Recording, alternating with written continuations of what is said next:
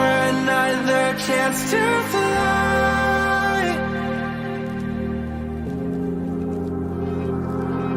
You're looking for the one to sing along with. You can't pass go, you're dreaming of. You put my love in a cage and it's not gonna do. I'm sorry, I'm not sorry. Oh, I won't bring you down. I won't bring you down. Now you're lost and so consumed by power. You're just looking for a reason to take, 'cause you know that I'll break. But why are you so sad all the time? You hear the consequences calling. You hear the consequences calling. There's so much I can take. You're looking for the one to sing along with. You can't pass go, you're dreaming of. You put my love in a cage and it's not gonna do. I'm sorry, I'm not sorry. Oh, I won't bring you down. I won't bring you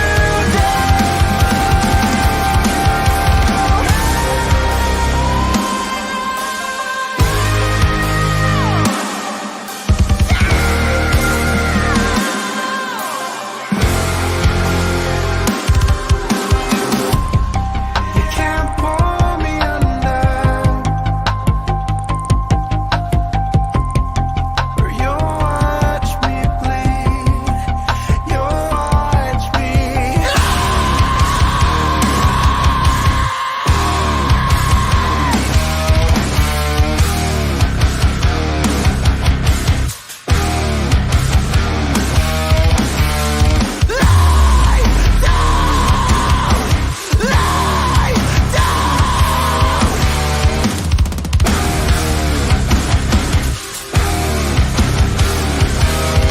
You're looking for the one to sing along with. You can't pass go, you're dreaming of. You put my love in a cage and it's not gonna do. I'm sorry, I'm not sorry. Oh, I won't bring you down. I won't bring you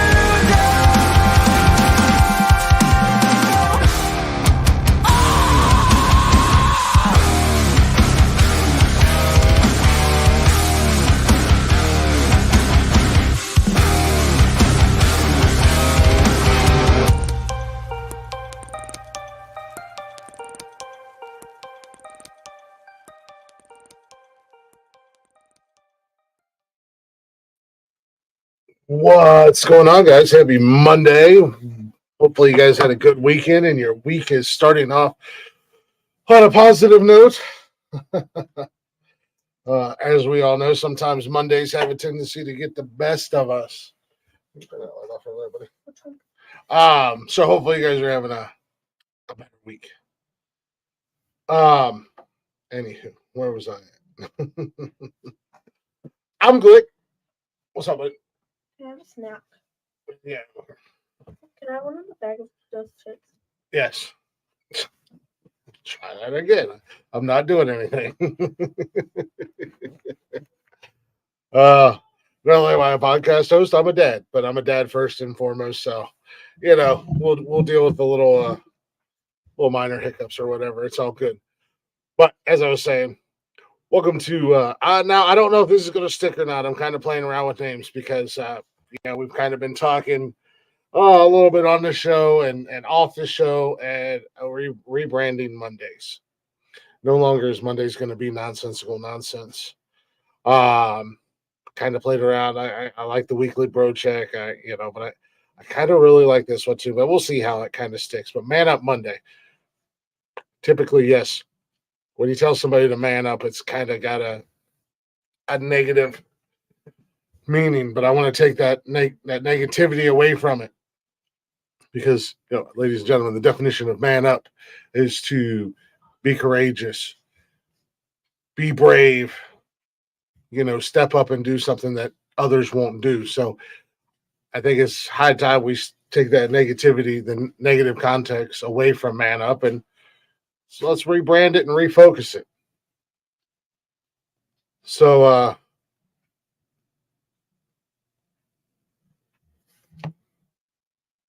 um, that's kind of where we're going. Like I said, I don't know if it's going to stick. We're going to play around and still find the right one. But Mondays will no longer be a nonsensical nonsense show. So Mondays will be the men's mental health show, wherever the name, title, whatever I decide on, settle upon. Wednesdays and Saturdays will be nonsensical nonsense. Fridays will be Glick's House of Music. Tuesdays will be Jeff's new show, Pennies and Dimes Makes 11 Cents. I don't know, something like that. Business talk with non-business. I honestly don't know. I can't remember the name of it, but he'll be doing his show on Tuesday. However, everything will be under the Nonsensical Nonsense brand. With that being said, you can find all the shows on Facebook, Instagram, X, TikTok. You can join us live Mondays, Wednesdays, Fridays, Saturdays, Tuesdays. We've almost taken over every day at the end of the week. We're working on it. There'll be some variation of podcast on this network. As I said, Wednesdays and Saturdays are Nonsensical Nonsense. Mondays will be Men's Mental Health Show. Fridays will be my music show. Tuesdays will be Jeff's business show, and then kind of go from there. But it's all going to be under those labels on YouTube, Twitch, Facebook, Live. You guys will be able to get in the chatter's box for all those shows. And you'll also be able to listen to all those shows anywhere, any place you listen to podcasts at, all at Nonsensical Nonsense. Or you can simply go, because I threw a lot at you. There's a lot going on there. That's not it, but we can get to that later. There it is. bio.link/nonsensical nonsense. All the links for all the social media and everything like that will all be there, including links to the sponsors like Liquid IV and W and whatnot. Don't forget, if you guys do check out our sponsors, use our promo code Words Are Hard. Get those discounts right and all that jazz.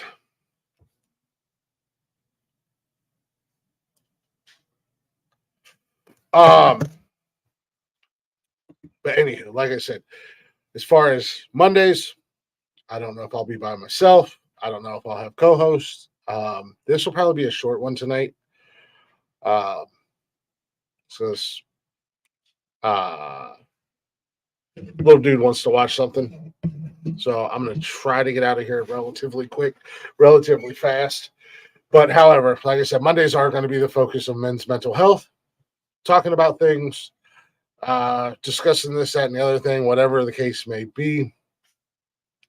I do like the title of Man Up Monday, and I do like the idea of taking back the negativity and taking the negativity away from Man Up, because hell, I remember growing up. And you fall down and you bust your knee open, or you scrape your knee or whatever. And man up, bust some dirt in it. You'll be fine. Stop being a pussy. Well, or as we get older, and if you're going through some shit and you're feeling a little bit depressed, man up. Stop being weak. Blah, blah, blah. We're going to take all that away. As I said, the definition of manning up is to be brave, to be courageous, to do the things that other people won't do, and step up to be there when you're needed or when you're called upon. So it's not meant to be a negative thing in any way, shape, or form. So I kind of like that idea. I'll work around things and I'll play around with things, and you guys are more than welcome to add your 2 cents as well. However, I'm just going to dive right into it.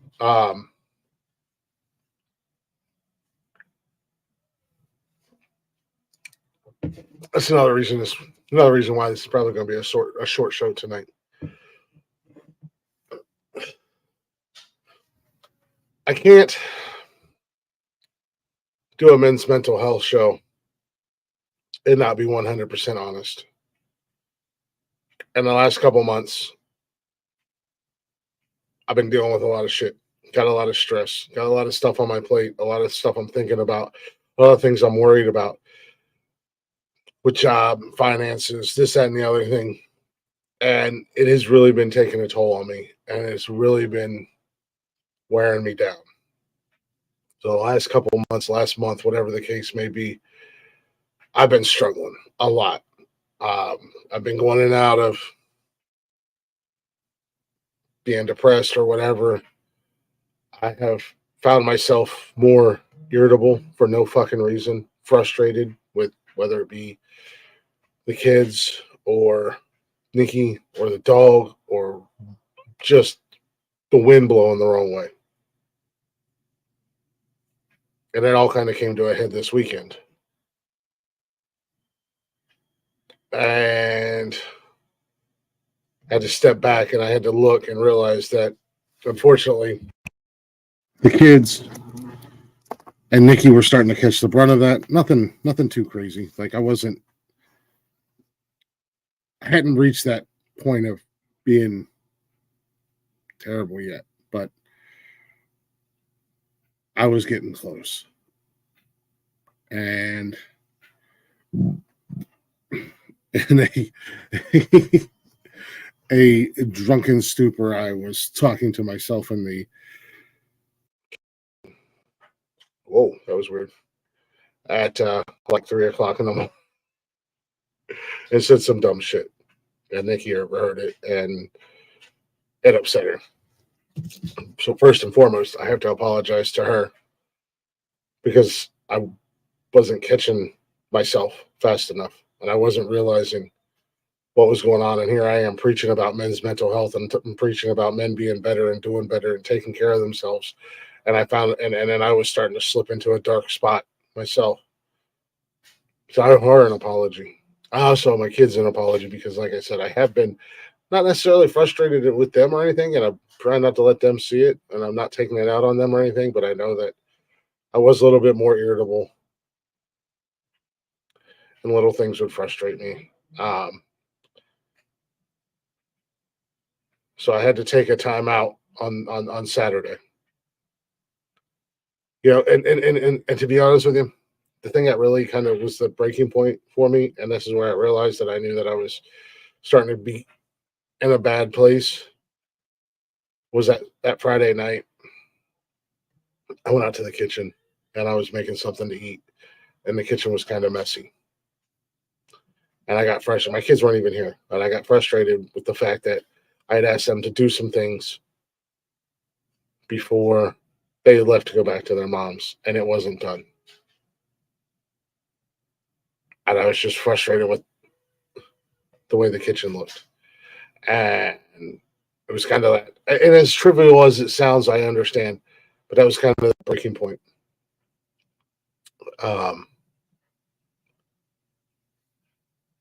So Saturday, you know, I got up, Nikki and I kind of had a discussion, a little bit of an argument. I wasn't mindful of where my head was. And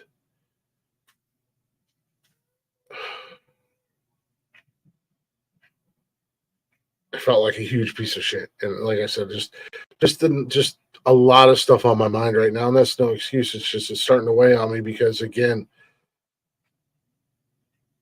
instead of actually taking the opportunity to talk about it and get it out, I did what I always do because I'm a fucking idiot, and I just bottled it up. So Saturday, after she came back to lay down and take a nap,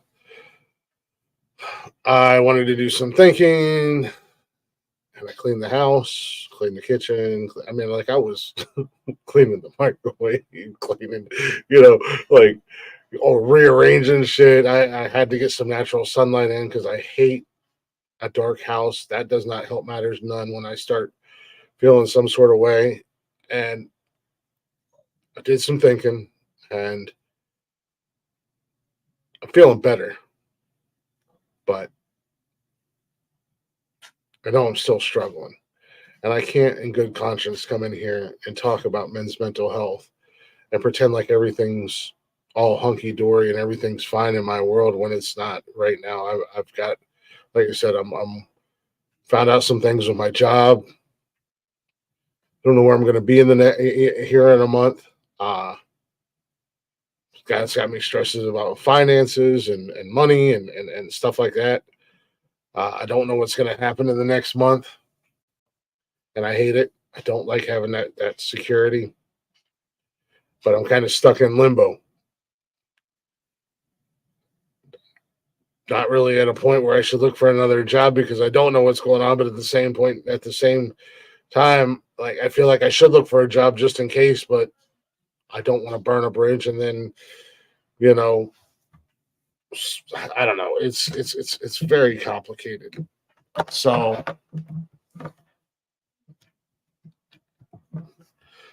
and that's a big issue, especially for me. When it comes to the kids and all that stuff and worrying about finances and everything like that.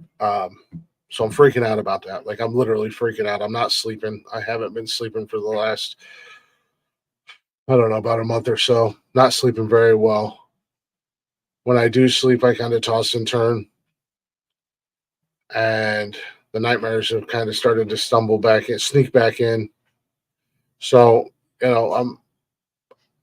I was starting to struggle a lot. And like I said, Friday, it kind of was a kick in the dick. Um,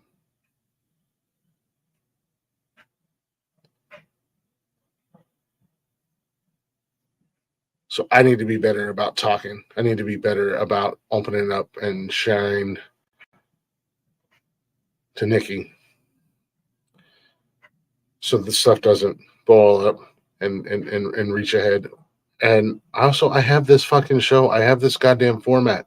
Even if nobody's listening, nobody wants to hear it, at least I can come and fucking say it. So, yeah. So, like I said, I had to come clean. I'm stressing out. I'm freaking out. I'm worried sick about shit, and all that compiling in is I feel that depression starting to come back in and that darkness starting to come back in and creep into the back of my mind. And sometimes it does a good number of grabbing a hold of me, and I can't always shake it as good as, as fast as I would like to.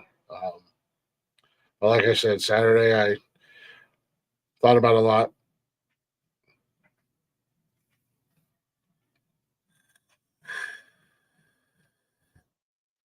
Cleaned up the house, got some sunlight, got some fresh air in the house, some fresh sunlight, some natural sunlight, got the house cleaned up. And by Saturday I was tired Saturday because I hadn't slept Friday and then but by Saturday I was feeling a little bit better, and by yesterday I was feeling a lot better. But I've still got these worries, and I've still got these doubts, and I've still got these concerns, especially about what job wise, financial, shit like that, because I got a lot on the line where this job, having this job or not having this job, I could lose a lot.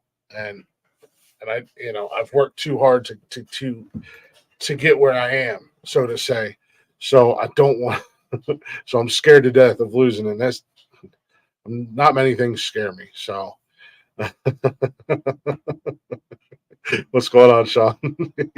You're not wrong. Could be Jake Dunn. That would be a lot worse. But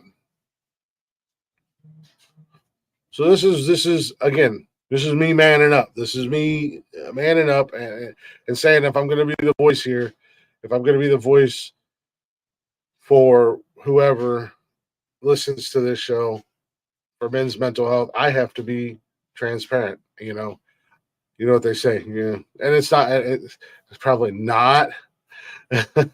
Probably not a good comparison, but you don't throw stones in a glass house, and it's kind of like how I feel like I'm doing. Like I'm trying to tell everybody else, not tell everybody else, but help everybody else. And in the meantime, I'm freaking falling apart over here, my goddamn self. Like I don't want to. My head kept going underwater, and I was kind of losing it. And I can't be that. I can't be that guy. So, like I said, first and foremost, my apology to Nikki and the kids, especially Nikki, because unfortunately she's here when the kids aren't here, and she's here when I don't think anybody else is around. And I think I'm alone, and I'm just kind of losing control a little bit. And secondly, my apologies to you guys because I haven't been on my game for a little while. I've kind of fallen off as far as all the shows go. So we'll get this train righted and get it back up on tracks. And that's what I gotta practice what I preach at the end of the day. Oh well, man. Hey, nice. Appreciate you being here, brother. Good to see them old boys. I like watching the boys grow up. I need to get up there and see them before they graduate high school and meet them. But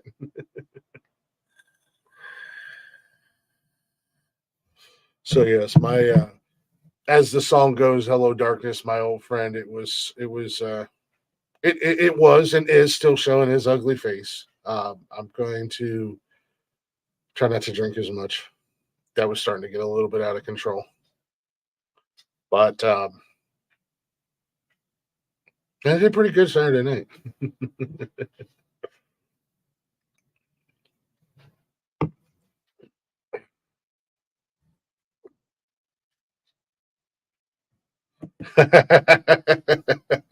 Hey, you ain't wrong, brother.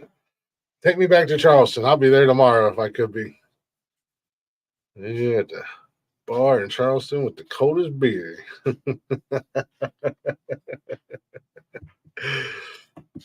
I would be there in a heartbeat, man.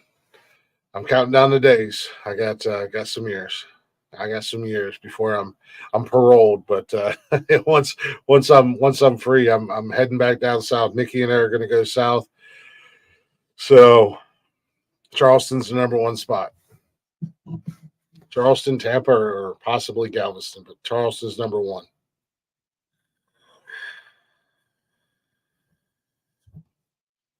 But and that's kind of the crazy thing. Like I knew it was happening for me. I knew I was starting to kind of fall off a little bit, and I just kind of ignored it. I thought everything would just kind of go away on its own, and it wasn't. So it fucking sucks. I hate feeling like this. I hate just this because I'm still trying to stay positive at the end of the day, but I just hate this feeling of just gloom. I guess I'll say, and I'll speak more openly here in the next coming months about what happened with my job and with work and everything like that, and kind of fill you guys in a little bit more. But I want to wait until we reach an avenue where I can talk uh, about it.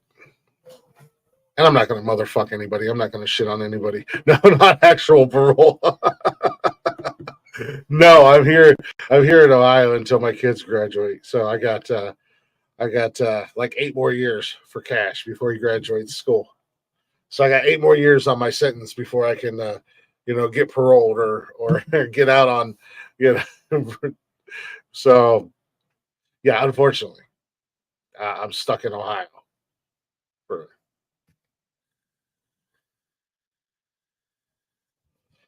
but like I said, I fully plan on speaking on it a little bit more. And like I said, I'm not gonna motherfuck anybody or motherfuck the company or anything like that. I just want to see where it goes in the next month or so. I'll have more answers. I'll have more of a definitive answer and all that. But maybe give you guys a better understanding of why I'm kind of where I'm at and why I'm feeling the way I'm feeling and why I was starting to slowly slide back into a bad place at the end of the day.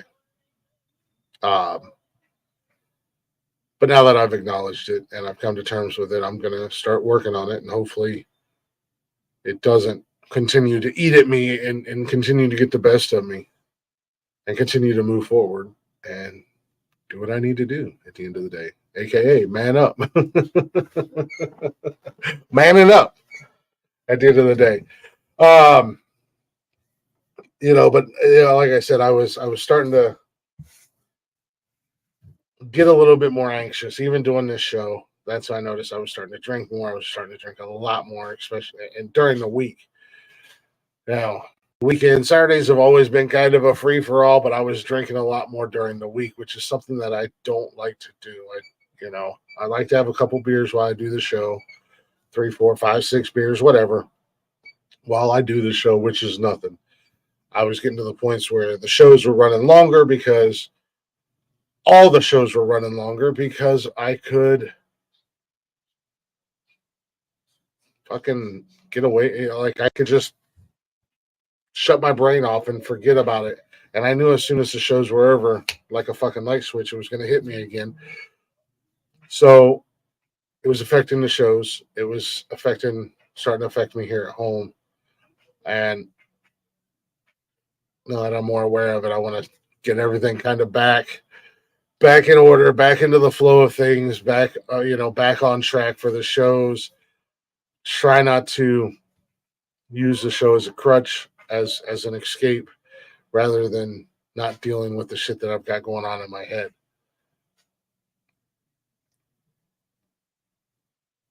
So that's kind of where I am right now. I'm in a weird spot, but I didn't really have anything planned for tonight's show. Like I said, it's going to I'm figuring it's going to be very short show. Very short show.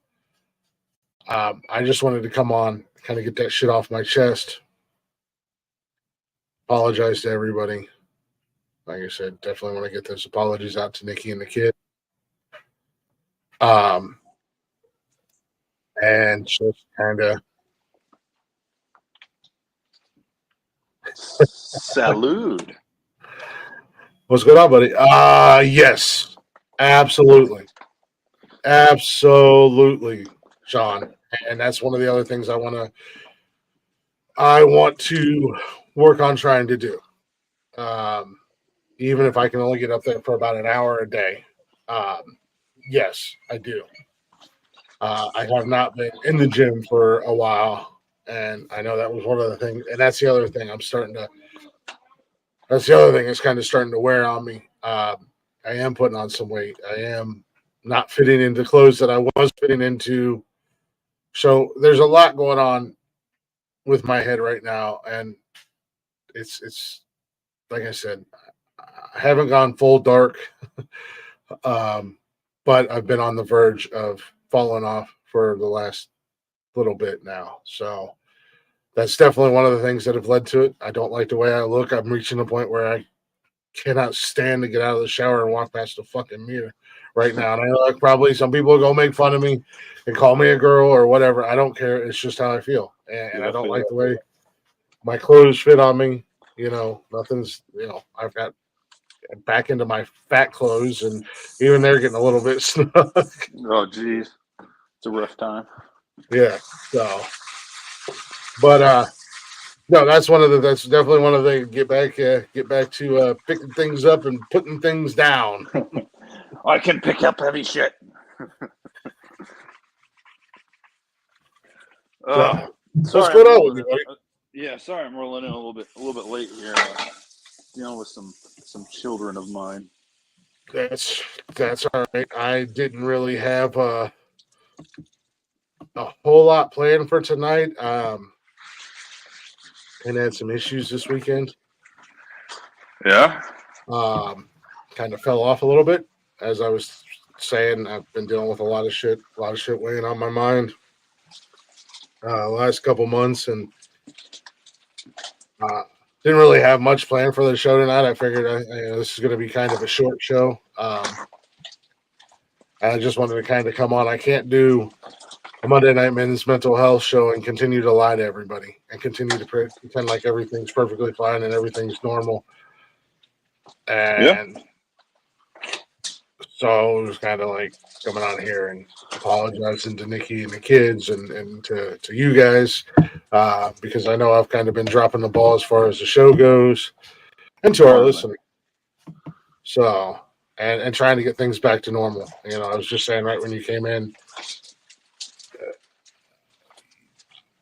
the shows, I have got to get them back wrangled into 3 hours on Wednesdays, and somewhere between 1 and 3 hours on Monday.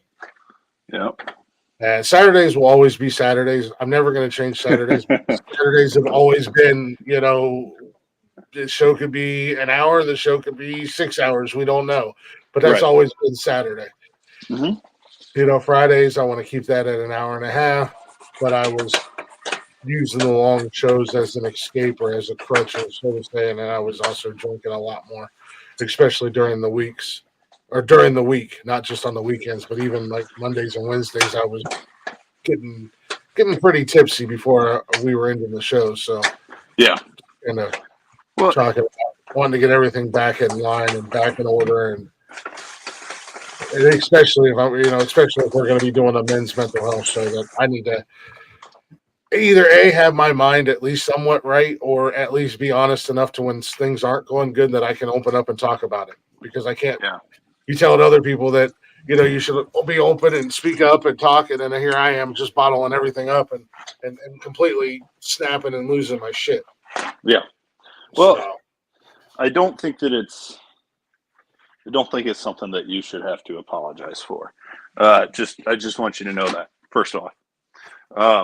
Secondly, dude, you are, first of all, you're a great guy. The fact, like, I know that seems like a really redundant thing to say, and like, everybody talks about Glick and how much they love him, and he's the champ and all the things. It's actually quite different. Most people cannot stand me, and most people think I'm an asshole. I mean, let's be honest. But the thing is, Chris, is you are, believe it or not, you are loved by most of the people around you. Most, I say most because nobody's loved by everybody. Yeah. And dude, the show would not be here if it weren't for you.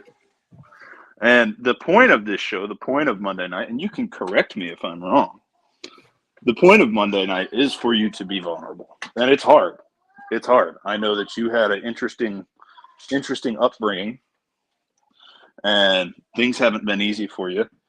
And I know, especially over these last 5 years, it's definitely not been easy for you. Mm-hmm. And you're still trying to get you back in check, let alone a whole nother show where you're talking about mental health and giving other people advice. Sometimes it feels weird to tell other people that, this is how you should do it when you're not doing it the same way. And it's okay though. I'm seriously guilty of that. I've actually been told that by many people. They're like, look, you can give some of the best advice, but sometimes if you would just sit down and listen to yourself, take your own advice, and like, why? It's hard, buddy. Yeah. It's hard, buddy. And it's okay. You don't need to apologize to us. Forgive yourself. Like, you don't need to apologize to anybody. If you should apologize to somebody, apologize to yourself and forgive yourself, dude. If you've had a shortcoming or a shortfall or you feel like you've been lacking and we haven't spoken up about it, dude, we are candid people and you know this. Oh, yeah. If we felt like you were lacking in some way, shape, or form, I know that Jeff probably would have told you something. And I would have said something to you, or I would have checked in on you. So forgive yourself, because we already have. And the people that love you already have, buddy. So I don't want you to think that just because you're not okay, or if you're not following your own advice, that this Monday night show should be any different, brother. Oh, no, yeah. No, it just... It's just more of... How am I supposed to be like, hey, this is what we're doing, and I'm not even doing it myself at the end of the day. And this show is about showing weakness and showing vulnerability and letting our guards down. And, even if we have, as the show it expands and grows, if other men want to come on the show and join us and hang out or whatever the case may be, or chit chat or share their story or whatever, I'm open to that. It don't matter who you are. You don't even necessarily have to be, quote unquote, one of our friends. If you just want to be somebody that listens to the show and you want to come on and share your story, all you got to do is let us know. Mm-hmm. But like I said, I can't if I'm not going to do it, I can't expect anybody else to do it. And like I said, I the last couple months I've been dealing with a lot, and a lot's been on my head or on my mind, and just wearing at me. And like I said, I gotta rein the shows back in. They're starting to get out of control, and like I said, it was more of an escape for me. I don't have to think about the bullshit. And again, I was starting to head down a dangerous path of drinking to numb the I don't know, pain or silence the voices in my head. So Mhm. I need to get that under control as well. So Yeah. like I said, getting the shows back to where they need to be with the marks and hitting the brakes, and I say, like, I'm still there and I'm still doing my thing, but I've really let the shows slack, and we're not hitting our brakes like I used to like to do. We're not. I'm not even. I mean, I'm 10 after tonight. I'm 10 freaking shows behind. Well, I'm 11 shows behind if you count my music show. Yeah. Just because I haven't had the desire or motivation to do the work at the end of the day. Hmm. Hey man, you can holler at me if you need help. If you need help running something or getting something done, Yeah, I might be busy, but I've never got too much on it's my plate to help out with the show, brother. yeah. It's just I haven't had the motivation for much of anything at all. I mean, it's just kind of get up, go to work, come home, do the show, do my thing, Yeah. and and and and then on Fridays, it's like I get home and I got to download music. I should have music downloaded like Thursday instead of Friday, and then Yeah. Friday I come home and spend a couple hours posting the shows and stuff like that. So I kind of talked to Nikki a little bit about it Saturday,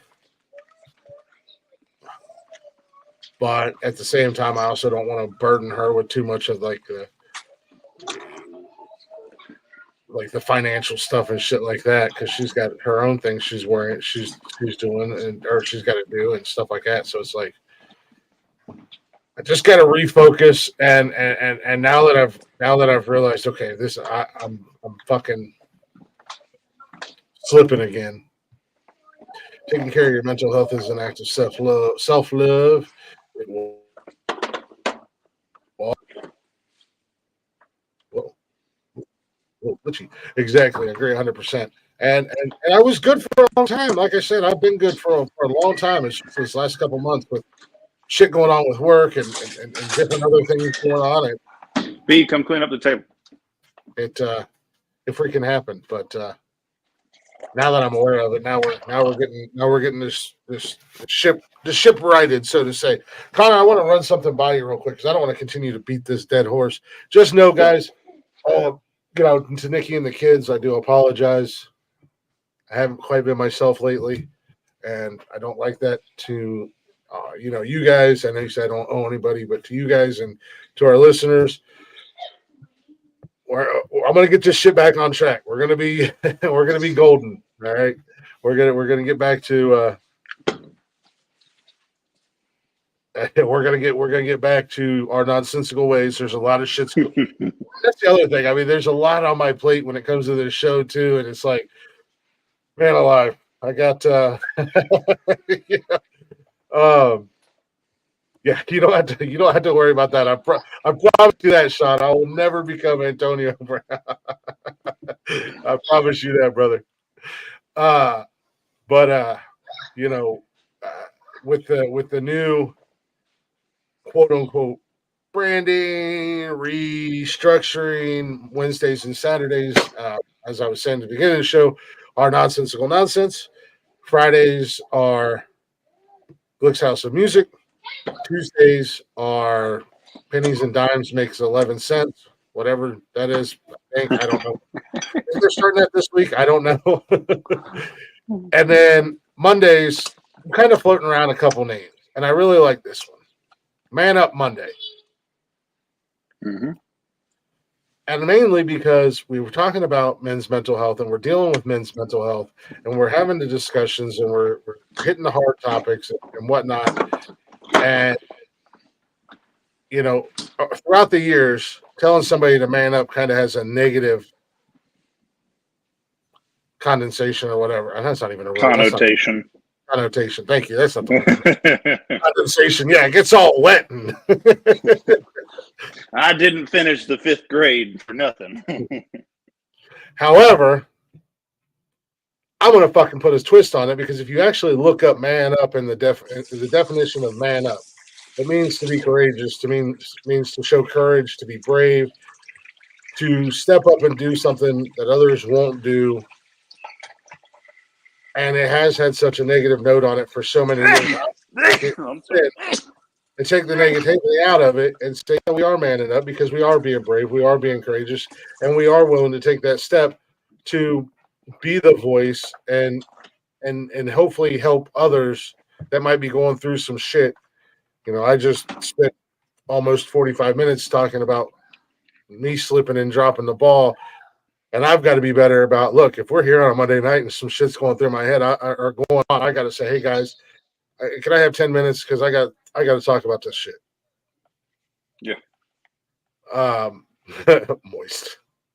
So, I want to take the negativity away from man up, and I want to put a positive spin on it.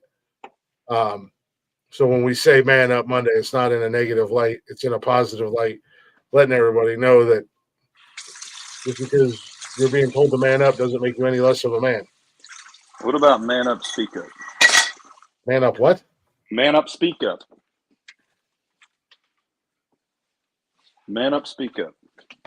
What is man that? Up, speak up. Oh, man up, speak up. Yeah, I like that too. As I said, we're going to kind of play around with the title, and you'll be here so you can. Ding dong. What does speak up mean? What do you mean, what does speak up mean? I thought you said Sika. I thought you said man up. Like or something? Like a Sika missile? I've never been a big fan of it either. Moist. Respectfully, are you stupid or something? Mom always said stupid is as stupid does. Man up, Sika. What? Like Zika virus? Yeah. No, so we'll kind of play around. We'll kind of bounce around different titles and see what sticks and what works, and just kind of what I went with tonight. I like the weekly bro check, but I also kind of yeah. Sorry, I had blow on my nose. Whew. I've been having a hell of a day, like allergies wise. I think because it's starting to warm up a little bit out here. I've been having like my nose is getting clogged up, and I go to blow my nose, and it's the pollen, but it's also super dry still. So all of that stuff, like I got blowing snot, blowing blood out of my face, and it's just lovely. And my fucking face hurts like hell. But anyway, I know this show is about sharing and opening up and stuff. There's just some things that maybe to yourself. Shut up! I hate you. When you got weird, slimy, mucusy substances and blood coming out of places that typically normally don't. Keep that to yourself, buddy. No, I don't want to keep it to myself. If I can't tell it to the show, who the hell am I going to tell it to? Come on now. Your wife? I don't know. She said for better or worse. She only finds out about the blood coming out of other orifices. Yeah, she's. I'm pretty sure when you guys got married, she said for better or worse, in sickness and in health. So oh, wait a minute, why is your cum bloody? What the hell's going on here? But Sean, I don't think it's wise to take advice from Wheeler Walker or Walker Wheeler, whatever he's calling himself these days. But yeah, no, like I said, it's just man, this was a whirlwind of a weekend, so to say, around here for me. So, but it is it's funny because I literally just spent last Monday talking about depression and you know the signs of it and symptoms and this, that, and the other thing. And it was like then all week it was like, fuck, I didn't realize it, and here I am, going down this goddamn road, and it kind of just came to a hit Friday night, so to say. But everybody's still alive. Nobody's unalived. Nobody's buried in the backyard. So that's good. That's a plus.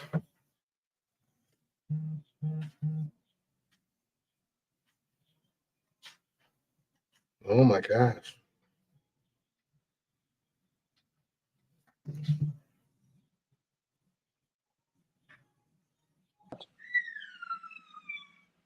Hello?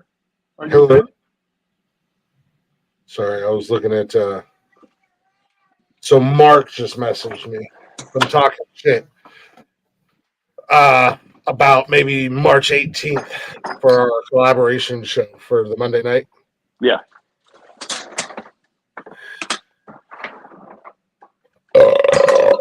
What? So a little something on. I think I got it in my beard. Oh, that sounds yummy. Let me know next time. I'd like to grab a taste. Yeah, right. We'll say. You know, I you know, my original from going off of you know, my original idea. I'm gonna have to push. I'm gonna have to push to next Monday. Shit. Never mind. That's well, maybe. Oh wait. Are you okay? Holy shit. Do I smell toast? I'm looking for it right now. Good Christ. I'm trying to think. I'm like, because this weekend's all crazy. So, because we're going out on Thursday. So I wanted to. I'm doing dishes too, so I need you to take it down unless you want to leave it up. I don't know where the hell that's at. I forgot we had that. That's old. I think it's from a time when I actually had a stroke. No, I'm just thinking about. I'm getting too far ahead again. I've got ADHD brain, scrambled brain over here. Like, okay, Apparently, not going to be here Friday, so I don't have to worry about that. Saturday, that'll be you and Jeff. yep. I won't be Saturday. Time on Monday to do this show. I think I will be. As you damn well should. Well, we're leaving Thursday night and then we're coming back Monday. Okay. But we should be back. I think we're going to come back Monday after. Where are you guys heading to? We're going up to PA. So you know. Oh, that's right. I remember you mentioned it. That's been like I've tried to make this as you know, Nikki and I. The other day was her one year anniversary of her moving in. Mm-hmm. And I think that's the other thing. It's kind of been not necessarily weighing super heavy on my mind, but as of late, with everything else compiled on, I feel bad because she literally left everything behind. She's never really been out of her hometown. Yeah. She's born and raised there. All of her friends are there. All of her family's there. Everything she knows is there. And I think it's another thing that's kind of been weighing on my mind lately is like I feel bad for her because she just literally dropped everything and came here for us to be together. You know, granted, we try to go back as much as we possibly can, and we go back for her friends' birthdays and surprise them. And we go back for her son's birthday and her parents' birthdays and holidays and stuff like that, which is relatively easy to do because I have no family or anything like that I have to worry about spending the holidays with, and we can take the kids with us. You know, when we go, because like her parents love the kids, and the kids love her parents. As grandparents and grandkids usually do. I said usually. Exactly. Yeah, Nikki had 2 boys, and she's the only kid. You know, she's an only child. So, you know, now they got 2 granddaughters. and of course, her dad and Cash are like 2 peas in a damn pod. I love seeing it. I love it for the kids because it almost breaks my heart.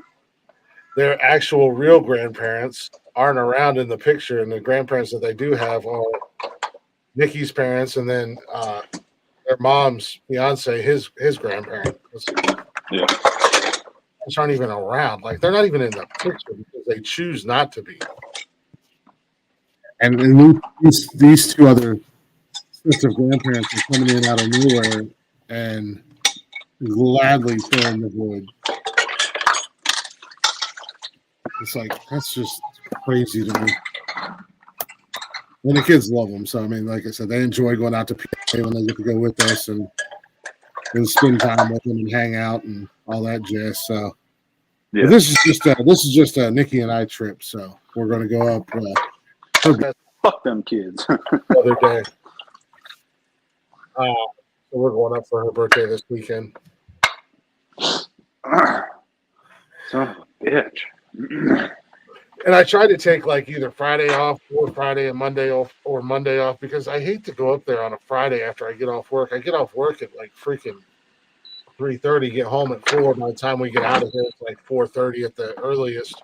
Yep. We're getting up there at 7:30, 8 o'clock. So, and then we have Saturday, and then we get up Sunday, and it feels like it's just rushed. So I try to take a day or two extra off so we can spend an extra day or two up there. So, you know, we get a couple full days and not just one day and then like rush out, you know, the very next day. So try to make that, you know, so that, and she gets more time with her friends and stuff like that. So and seeing her parents and her I'll son. be right back, Chris. Sorry. Give me a sec. Oh, you're good. So, but I think that's one of the other things that started to compile onto everything else. It's just like, because I feel bad. But anywho.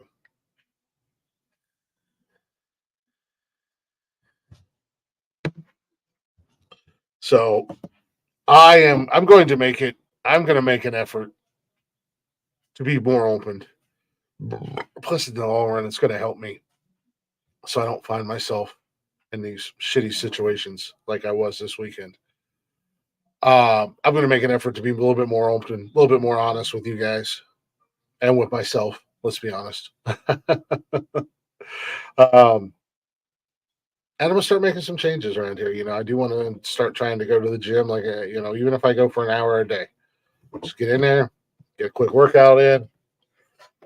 So, and you know, your physical health can start.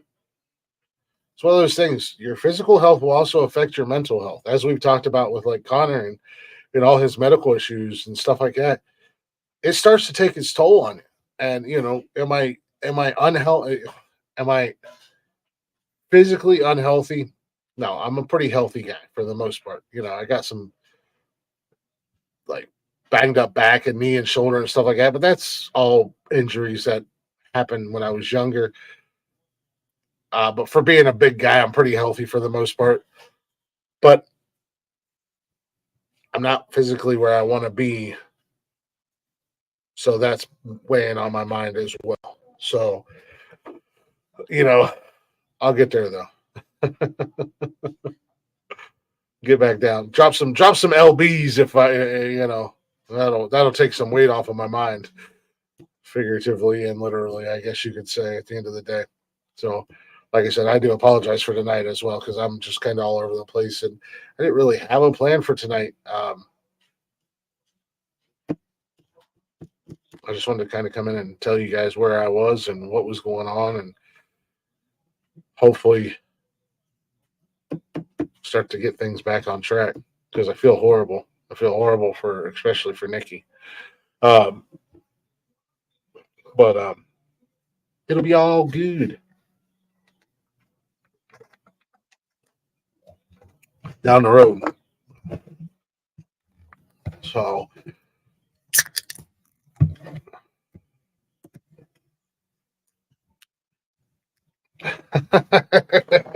I am a chronic apologizer, I think.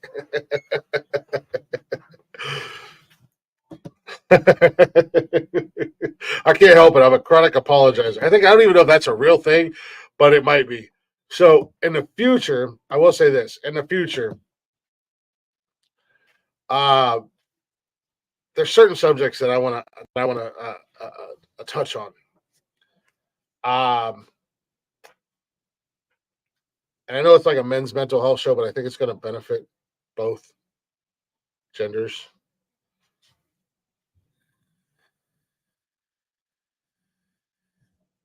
Oh, I am my own worst. I am my own worst enemy. Like, I am my own worst enemy and my own worst critic. I I give myself so much shit. Um, and always will. It's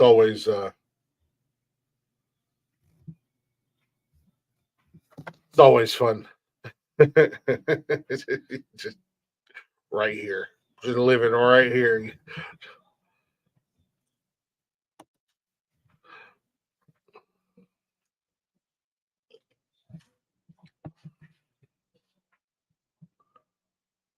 Right? Oh no, I'm 100% guilty of it. I apologize for other people. I don't even have to have anything to do with it, and I'll apologize for other people. I don't know. It's weird. The joys of being a Libra. Scales equal bipolar. I don't know. 100% is. 100% is. I do, and Connor and I were talking about this. I do want to talk about like that down the road when we do our show with our vets and our veterans and stuff like that. I want to talk about the PTSD and stuff like that, and not only that, but I was what the hell?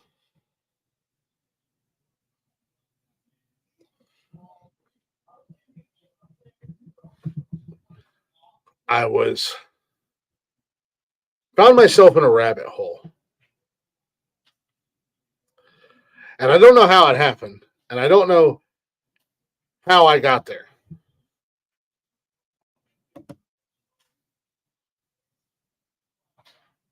Yeah, trust me, I'm going to address narcissists down the road. That's going to be a whole ass Monday show. But I found myself in this rabbit hole the other day. Excuse me. Of male domestic violence survivors, whether it's physical or mental or whatever the case is.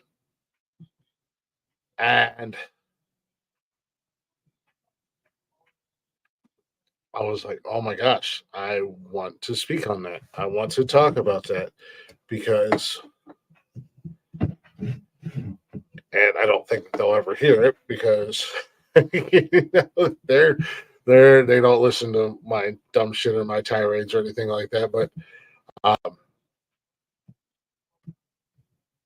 I've gone through it physically and mentally, a couple different occasions.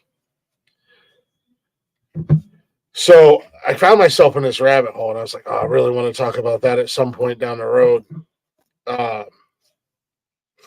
And then, like, dealing with a narcissist, and I've had conversations with a few people who have had their own run-ins. So yeah, it is a men's show, but I think it's gonna, hopefully have a positive light for both genders. I want to I want to watch that video that you sent me, by the way. Was it Dorvo, something like that? I want to look at that. I want to look at that video. But because I think the percentage is like 13% of men actually report domestic violence. And I can't remember what the percentage is. I'll have the numbers and the percentages when we talk about this.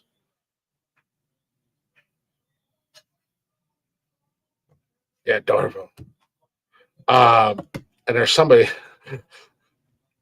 I don't think I'm going to get her on this show, but I want to reach out to her.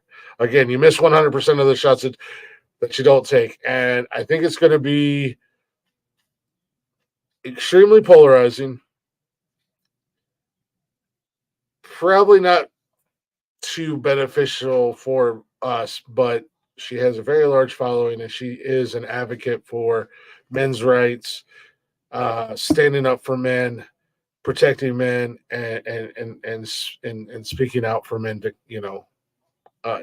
so again, the patriarchy does this to men, though. It's the same as exactly, and that's why I'm going to take the negative note away from man up and put it on I want to put a positive spin on it, and put it into a positive freaking light because it's actually a good fucking thing.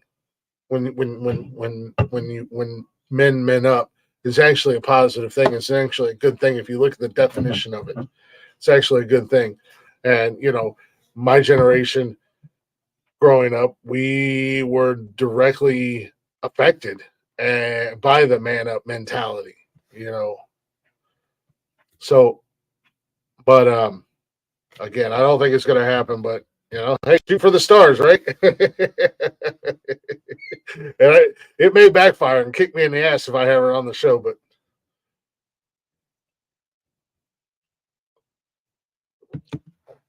but it'll be worth it. Yeah, but some ideas I want to talk about down the road, and try to line people up. Maybe get some guests who want to come up. March. It looks like March 18th. I'll have to confirm it, but March 18th we're going to do a team up with Mark and Brian from the Talking Shit podcast, and do a show together focused on obviously on the men's mental health side. So that'll be a fun show. That'll be a good show. So I have ideas, but again, we can share, but I would also like to have some stats. I don't want to become a fucking, nerd just going 82% of men in relationships are victims of domestic violence, and 13% of the men, they don't report it because they don't want to come across like, I want to actually share stories but still have some numbers to back up what we're talking about without sounding like complete fucking nerds. So, but and just relationships in general, because a lot of men don't talk about relationships or being in relationships or the struggles of being in relationships. We just kind of go through the motions. I would love to have a panel where we talk about that. And things where, what makes your relationship work? What makes your relationship strong? Yeah, exactly. But I don't have to be a complete freaking nerd and have every statistic. I can have the basics and kind of, yeah, I better be careful, or I'll be just going to a men's mental health website and sharing it on the screen and reading it off. I don't want to do that. But a lot of things I want to do with this show. A lot of roads I want to go down and avenues I want to poke my head into, I guess you could say, and whatnot. Um, and hopefully grow myself. Hopefully grow and be a little bit better myself. It's not all about,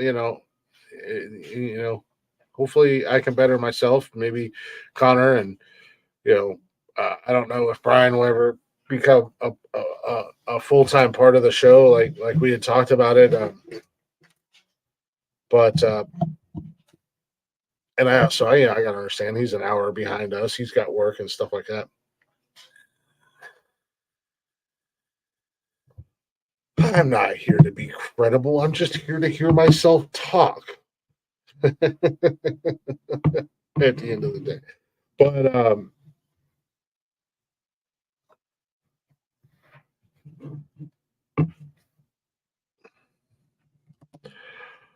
Yes, I know you're one of the biggest ones that was in my ear. Woohoo! Hello. Because I'm a blowout. I hope so. I hope mainly more people than myself. I don't know his name yet, Carson. What Frankenfurt. did I miss? It's an important subject matter, and I'm proud of you for taking it on. I think we can take it on in a way where we can be serious about it, but then we can also have our moments of not so serious and still have fun. Not just kind of like I said, I didn't really have much planned for tonight other than just kind of coming on here and just kind of Feeling sorry for yourself? no, not feeling sorry for myself, just letting everybody look. Okay, my bad. I dropped the ball, but I'm good. I'm getting it fixed, type deal. But I just kind of thinking and just kind of rambling out loud about some of the ideas that I have, like you know, male domestic violence. If we can line up some veterans and talking to you guys about, or obviously I said you were going to run that. Talking about the PTSD and the struggles of being away from home and this, that, and the other thing. Mm-hmm. Male survivors of domestic violence. Yeah. Dealing with narcissists. Just like relationship talk, like conversations about relationships, things that help your relationship, the struggles of being in a relationship, the ups and downs and stuff like that, and what makes what makes people's relationships work and shit like that. And, just trying to hopefully expand and grow to the point where, people would be willing to come on the show and hang out with us and chit chat with us, complete strangers or friends of ours, whatever the case may be. And then March 18th, it looks like we're going to do the team up with Mark and Brian from Talking Shit. So sounds like a fun time. It's a heavy subject to take on, and especially I don't think a lot of people expect it coming from us, because we are known for being, we've made a reputation for being, fun-loving, good time fuckheads, We're telling fart and dick jokes all the time but it's again, it's a part of growth. It's as you grow, you change, and as you change, you grow. So, well, and we I kind of was thinking the same thing. I was actually thinking like that's going to work in our favor. We're known for being fuckheads and fuck offs, but we're real at least at the end of the day.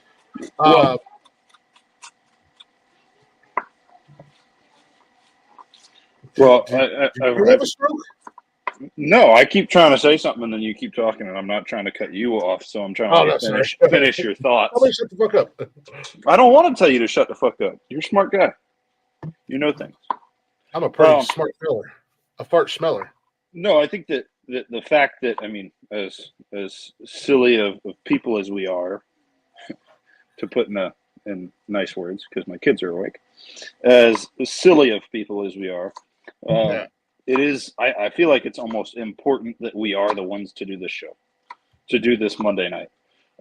Because I think that a lot of people have this misconception that the people who act happy and funny, especially the people who you think are the funniest people on earth, or have a dark sense of humor, but it always kills and it's always funny when they say it, yada, yada, yada.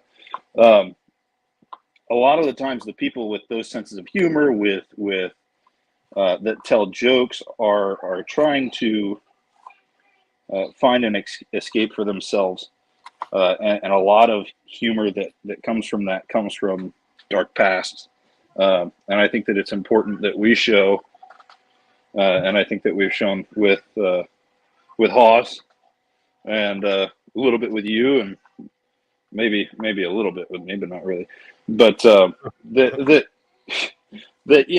even though we are these characters, everybody has a past, everybody has a background, and even the nicest of people, the best of people, look at Robin Williams, have huge problems.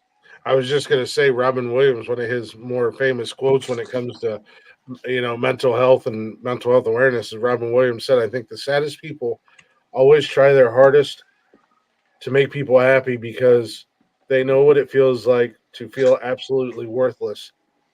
And they don't want anyone else to feel like that. Yep. It doesn't matter how many times I read that or how many times I hear that or how many times I say it, it still hits me really hard. And it's a tough truth, and it's one that I think a lot of people don't fully believe. I know that especially when I was in high school, I can look back and I can remember, the class clowns who everyone enjoyed, or the popular kids, and that were all funny. A lot of them ended up as they got older, and I started to get to know them as actual friends instead of just people I went to school with. Is they all had really dark pasts and things that they were running from through their humor, or through their charismaticness, and it's something that I think isn't touched on enough, which is people utilizing what everyone else thinks is their better traits to run from the things that hurt them. Well, I had that Robin Williams quote sent to me by a very good friend of mine who had seen me probably at my lowest, at my darkest point. And he sent me that one day and he was like, I've read this a lot. And every time I read it, the first person I always think of is you. And I read it and I was kind of like, whatever. And then later that night, I was sitting in my truck. And this was sent to me years ago. I was sitting in my truck and I reread it and it hit me hard. And then it was like, I came to that realization is that it's 100% true. Like you just said, man, we like to hide behind our humor. Mm-hmm. Humorous is a defense mechanism, says Leggy. Seriously. Humor. It's a good thing I can't fucking speak because I basically said humor is a defense mechanism. Don't worry, I got you. I've always been guilty of that. I've always been kind of a goofball, and I enjoy, not being serious. But Do we have what? But do we have anything to heat it up? Yeah, a microwave. A blowtorch. Yes, we have a furnace that will heat the house, but it's not cold in here. You're just cold because you're sick. Oh, nobody else is cold. It's just you. You are. Yes, who knew we were so multifaceted? Well, like I said, don't let people know how smart I truly am because then the bar is set really low, so their expectations of me are set really low, and then it's easier that way. But no, on that subject, since I've gotten out, I have had to be checked by Nikki particularly on my sense of humor and dark humor, I should say. A particular instance shortly after we got here, my wife's best friend, who's lived out here for like her entire fucking life, came over and she was hanging out, and she's like, hey, Connor, how's it been since you got out? Blah blah blah. And jokingly, I said, well, I'm just hanging out, looking for ropes and wobbly stools. And she was like, what? And I was like, looking for places to hang things that weigh 270 pounds ish. Yeah. And she was like, are you talking about suicide? And I was like, yeah, but I'm kidding. She was like, oh, what is wrong with you? Like, that's a touchy subject for me because, 3 years ago, me and my husband's best friend killed himself. And I was like, what? Yes. And I was like, oh, is that not something that everyone jokes about? And my wife was like, no, and you really need to stop. Mm-hmm. And I sat there and I apologized to her because it was like, listen, I am not free from having lost my fair share of people. I mean, within my first year of being in the military, I lost one of my good friends from high school who joined the Navy and on the boat hung himself with his belt. Mm-hmm. And I was like, it's not that I'm desensitized to it as much as like that's my coping mechanism, and we've used it so often that at this point it's just become normal. It's that kind of humor. How you been? Well, kind of shitty. So here's what I'm going to do. I'm going to make a joke about this, even though that's not really how I really feel. Mm-hmm. And then normal people hear you and they're like, "Are you okay?" Okay. I'm like, "Yeah, are you?" Somebody hears you out in public, and next thing you know, you're getting Baker acted for 3 days. Yeah, and the common joke in the military is you end up in a spongy room with a white coat on, The hug or with me a coat that you can't move. Yeah, a hug me coat that you can't move your arms in. Yeah. Just like keep talking like that. That's where you'll be. Yeah. No, I mean it's it depending upon your situation or your background or whatever, your sense of humor is where you would make jokes like that. I had a tendency of being a little bit more raunchier or whatnot. Just like I still make them from time to time, but I'm not as bad as I used to be. But like over sexualized jokes or whatever. And like I said, we still make them.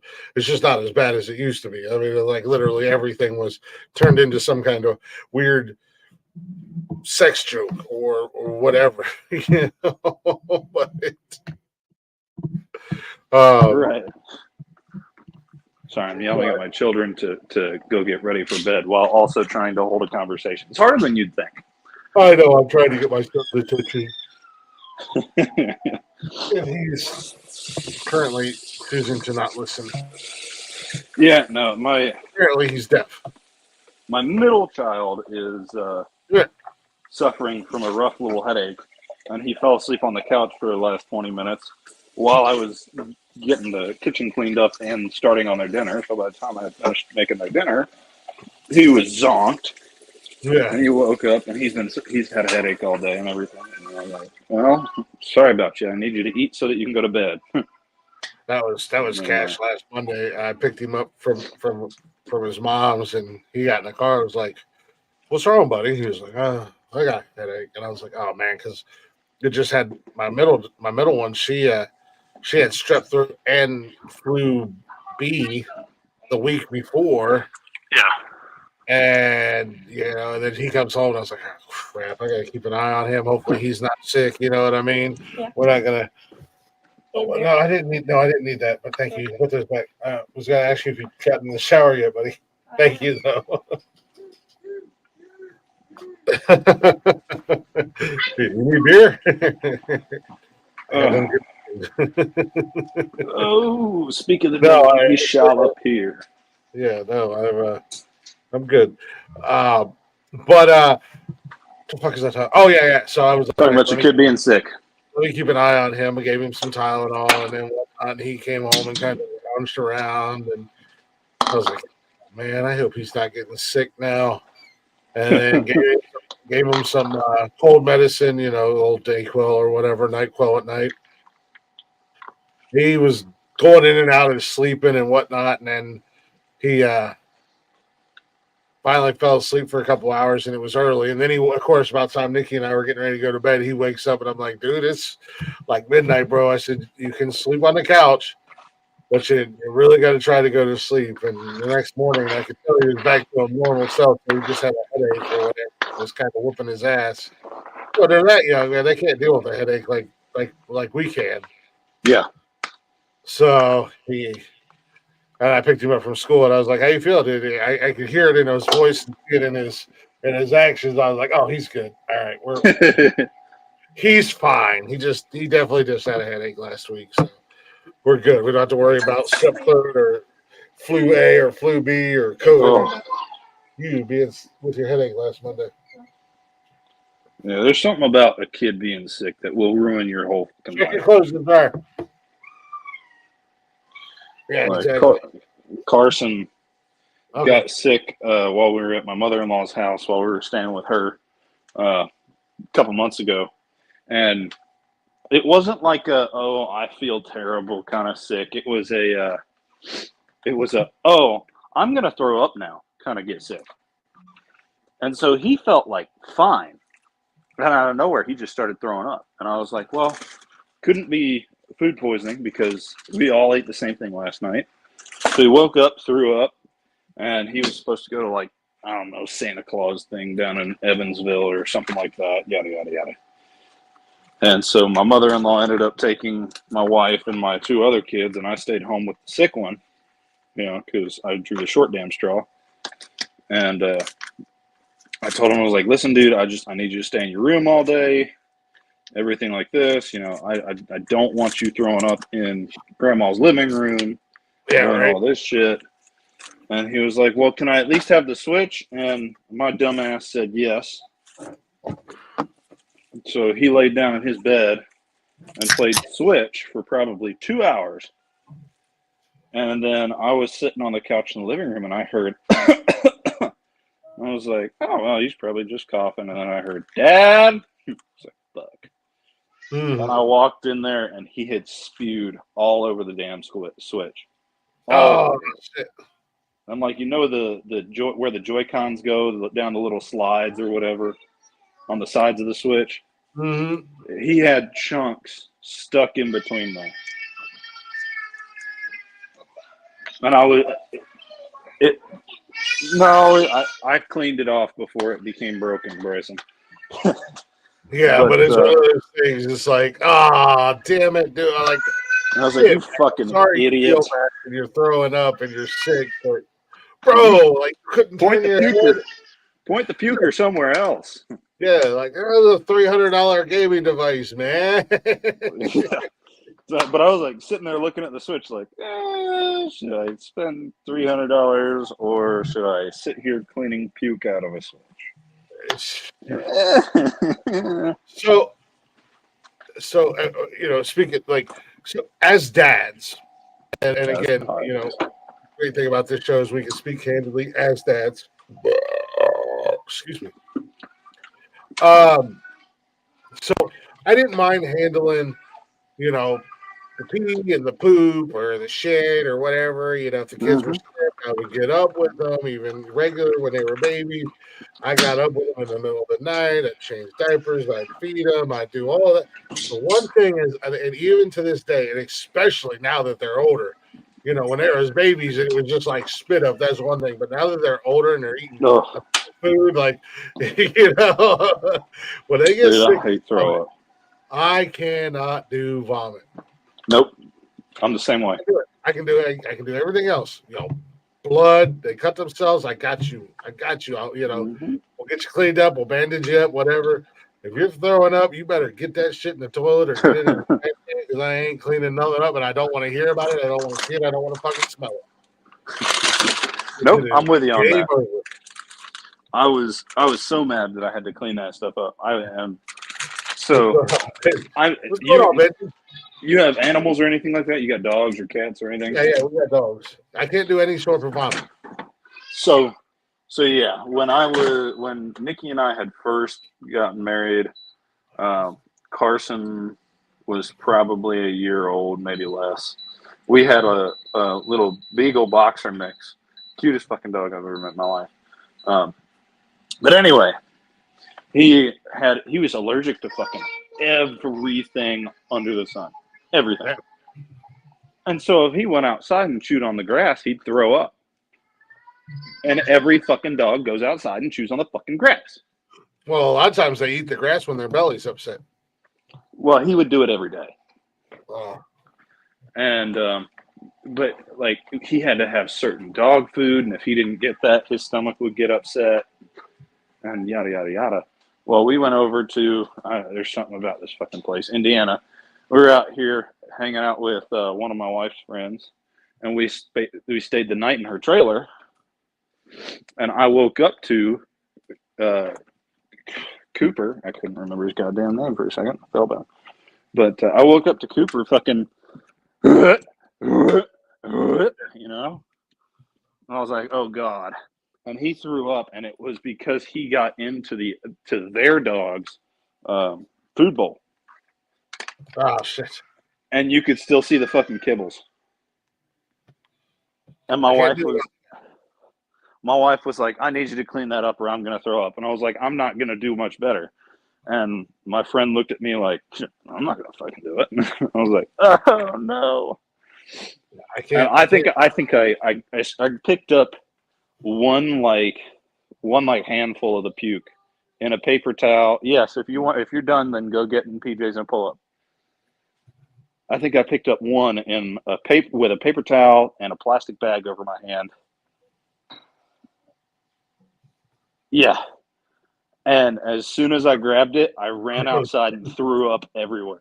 Yeah, no, everything that I had for breakfast, gone.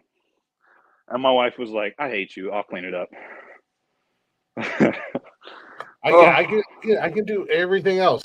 I can't handle vomit. I don't know if that makes me a bad dad. I'll be a bad dad. I don't care, But I can't handle the vomit. And I told Nikki that like her dog sometimes she's got a sensitive stomach. She's not allergic to. She's got a little bit of a sensitive stomach. And first time I said, baby, I'm gonna tell you right now, if she throws up, I can't. I said I can do a lot of things, but if she throws up, I'm out. I'm out the game. Yeah. Don't even look at me. Don't even acknowledge me. You just pretend like I don't exist. You just pretend like I'm the invisible man. You don't see my ass. I'm nowhere to be found. It's just like, okay, don't worry. I got it. I was like, you have no idea.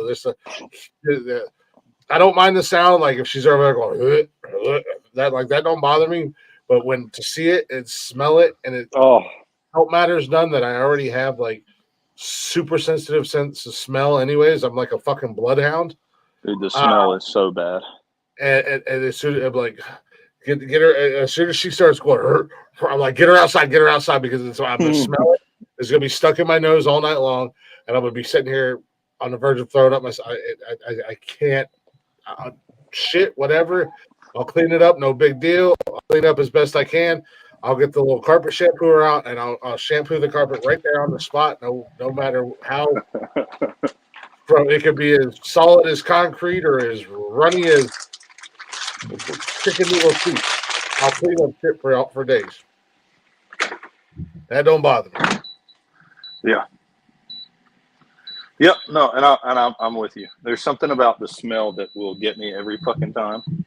And it was the same way with the kids, even with like when they were babies and they would spit up like formula or breast milk. Like if I was holding one of the kids and they spit up, I had to hand them to their mom because I was like, I gotta go change or I'm gonna start throwing up. Mm-hmm. Oh God. I had to explain to like my son because when he was, the girls were great. If they were like sick or whatever, even when they were young, and if they were throwing up, they would try to get to a trash can or get to the toilet. Cash, he will literally, if his stomach's fucked up, he'll just sit there, like he'll be sitting on the couch and just go, ugh. And I'm like, dude, come on, man. You get a warning. You get a warning. Get to the trash can, get to the sink, get to the toilet, get to the bathtub. I don't care, but don't just sit there. Yeah, your warning is when the whole world goes.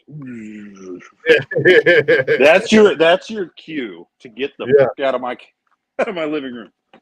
I don't mind like listening or like being able to hear it, but something about hearing not just the sound of the heave, but like if they throw up in the toilet and you hear and it sounds like someone's pouring water into the toilet, I get chills.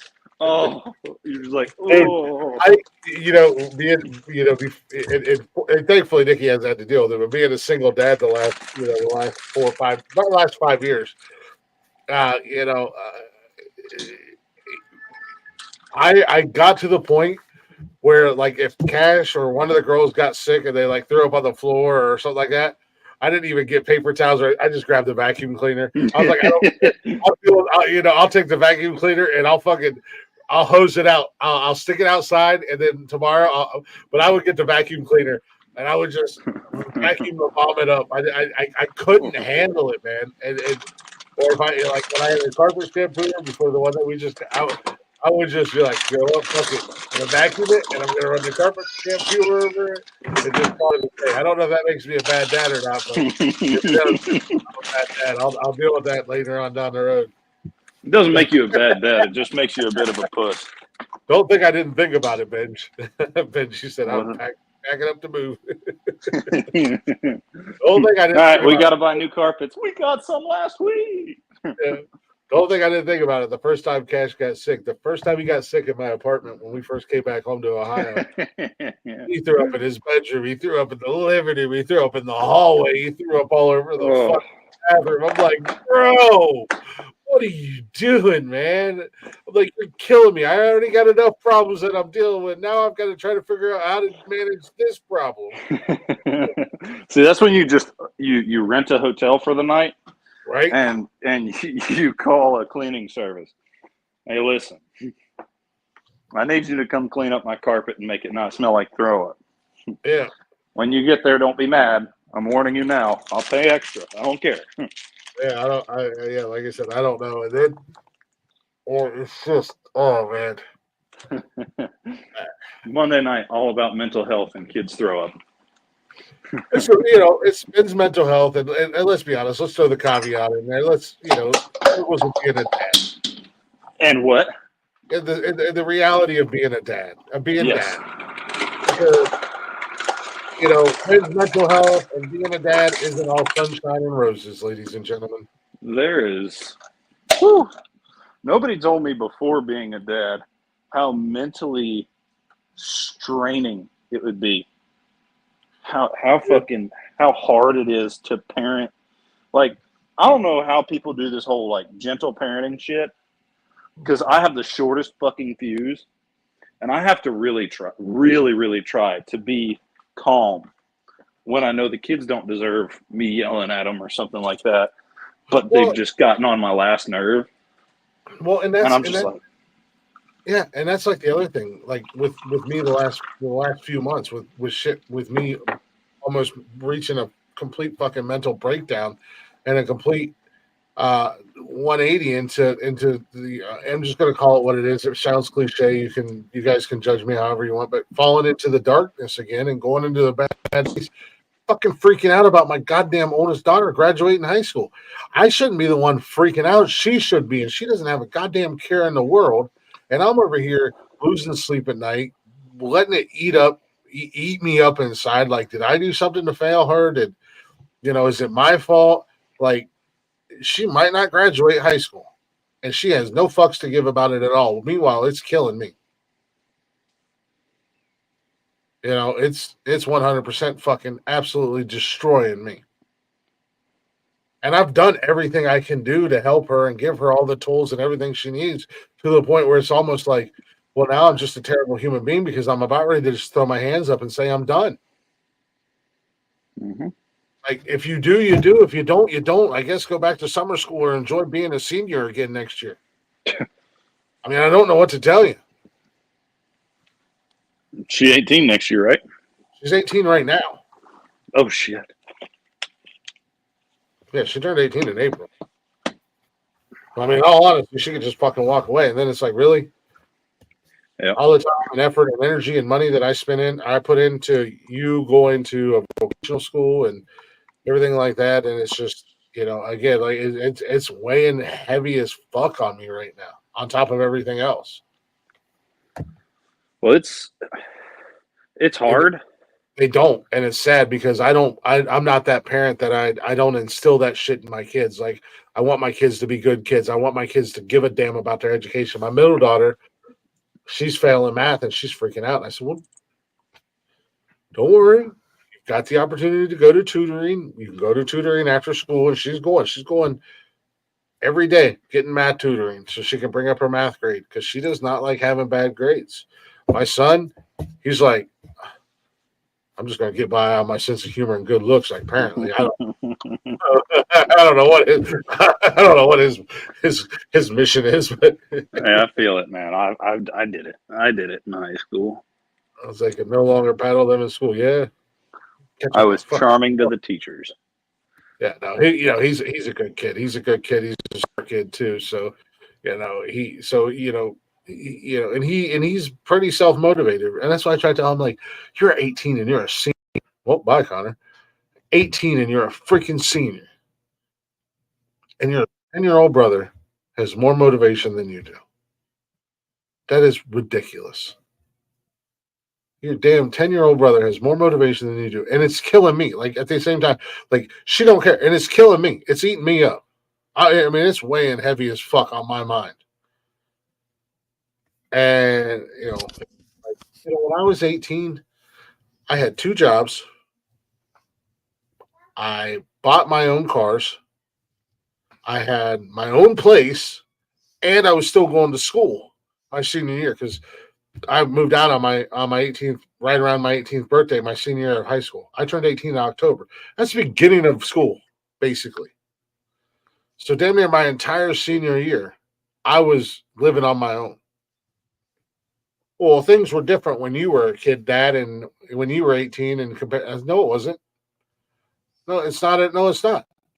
Because you could have a job, you could have your license, you could have your own car, and if you wanted to, you could have your own place.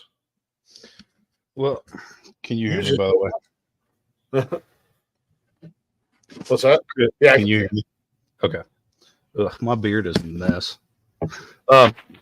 Well, I wanna first of all, I want to set your heart at ease, Chris, because I mean I don't understand it from a parent's perspective, personally, but my brother-in-law, he dropped out of high school his senior year, or no, his junior year, because he was failing everything.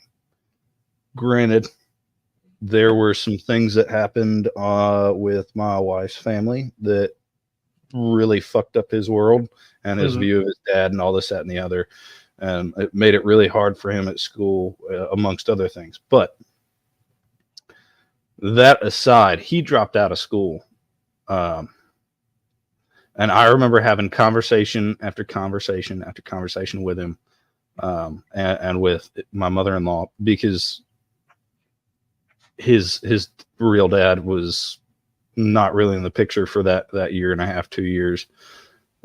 Like, why are you just giving up? What happened? Like, what's going on?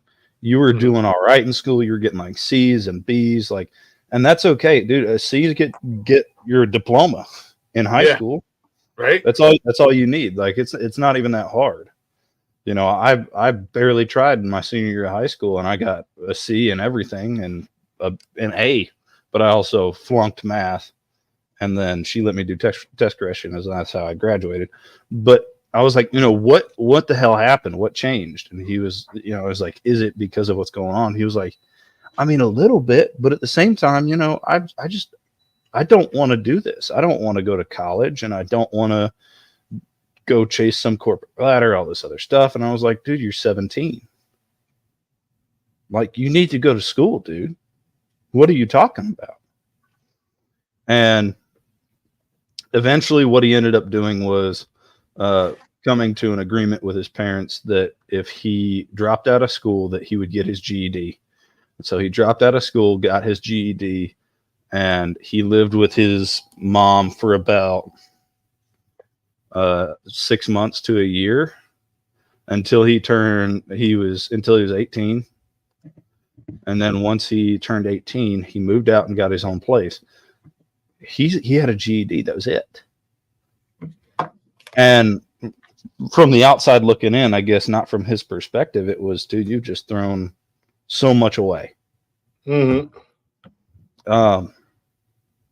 And I'm not encouraging anyone to drop out of school. I think it's stupid to drop out of school. I still hate him for doing that. But right. And I was really mad at him for couple months, and we talked it out. But he ended up graduating, getting out. He got a job working in like landscape. It was a minimum wage job. And then he busted his ass at that. And then on top of that, he decided he was going to go to a technical school. He tried technical school for IT, and he hated it, so he didn't do that. And he ended up working at this landscape company for 5 years and making actually really good money. And now he got a job offer from Toyota. Now he works over at Toyota, making even better money. And the whole point of me saying that is like, yes, I still think he's fucking stupid for having dropped out of high school, but it's not the end of the world. She's 18. She's not 30. Yeah, no, it's not. It's not Tough as a father, I'm sure. Yeah, but it's not the end of the world. It's more of a frustrating thing because she was given an opportunity that not everybody is given by going to a vocational school like I did. You know, there's a waiting list for that. You are put on a list and you have to be accepted. You know, and good for your brother-in-law. I mean, in all honesty, I know guys like that. They barely got through high school, and it always seems like landscaping is the way that they go. Well, it's because it's especially for dudes. Yeah, like he's 6'4" and he is a brick shit house. Yeah, he makes you look fucking small. Mm-hmm. Like probably not. He's about your size but taller. He's a big fucking kid. He's a couple inches taller than me. Well, he's not a kid anymore. He's 21, but I have several friends that have gone into landscaping and have stayed there, and they're still working at the same company they've been at for 10, 20 years, and they're making stupid money. Yep. Mm-hmm. But she was given an opportunity to go to a vocational school and to learn a trade. She was getting an opportunity, and she was all gung ho, and this is what she wanted to do. And at the end of the day, it wasn't what she wanted to do. And all she's done since she's been there is be wrapped up in fucking stupid ass drama with her stupid ass friends, and fucking one boyfriend after another. And it was just like, here I am hoping, like trying to push you and motivate you, and I, and I have expectations, and I know she can do it. That's the fucked up thing about it. She can 100% do it with ease. But now you've wasted all that time, all that energy, the money. You might not get your certificate. You more than likely, and then she has no work ethic at all. She won't get a job. She had a job. She walked out. Her and Nikki worked together. They walked out on the same day, same time. And I've told her since, you need to go get a job. Walmart's hiring. I ain't working at Walmart. Why? Kroger's just hiring. I'm not working in retail. Why? Because what the fuck do you know about working in retail? You've had one job. You've had two jobs. And one job, I wouldn't even call that a job because you work there like once every 3 weeks. Yep.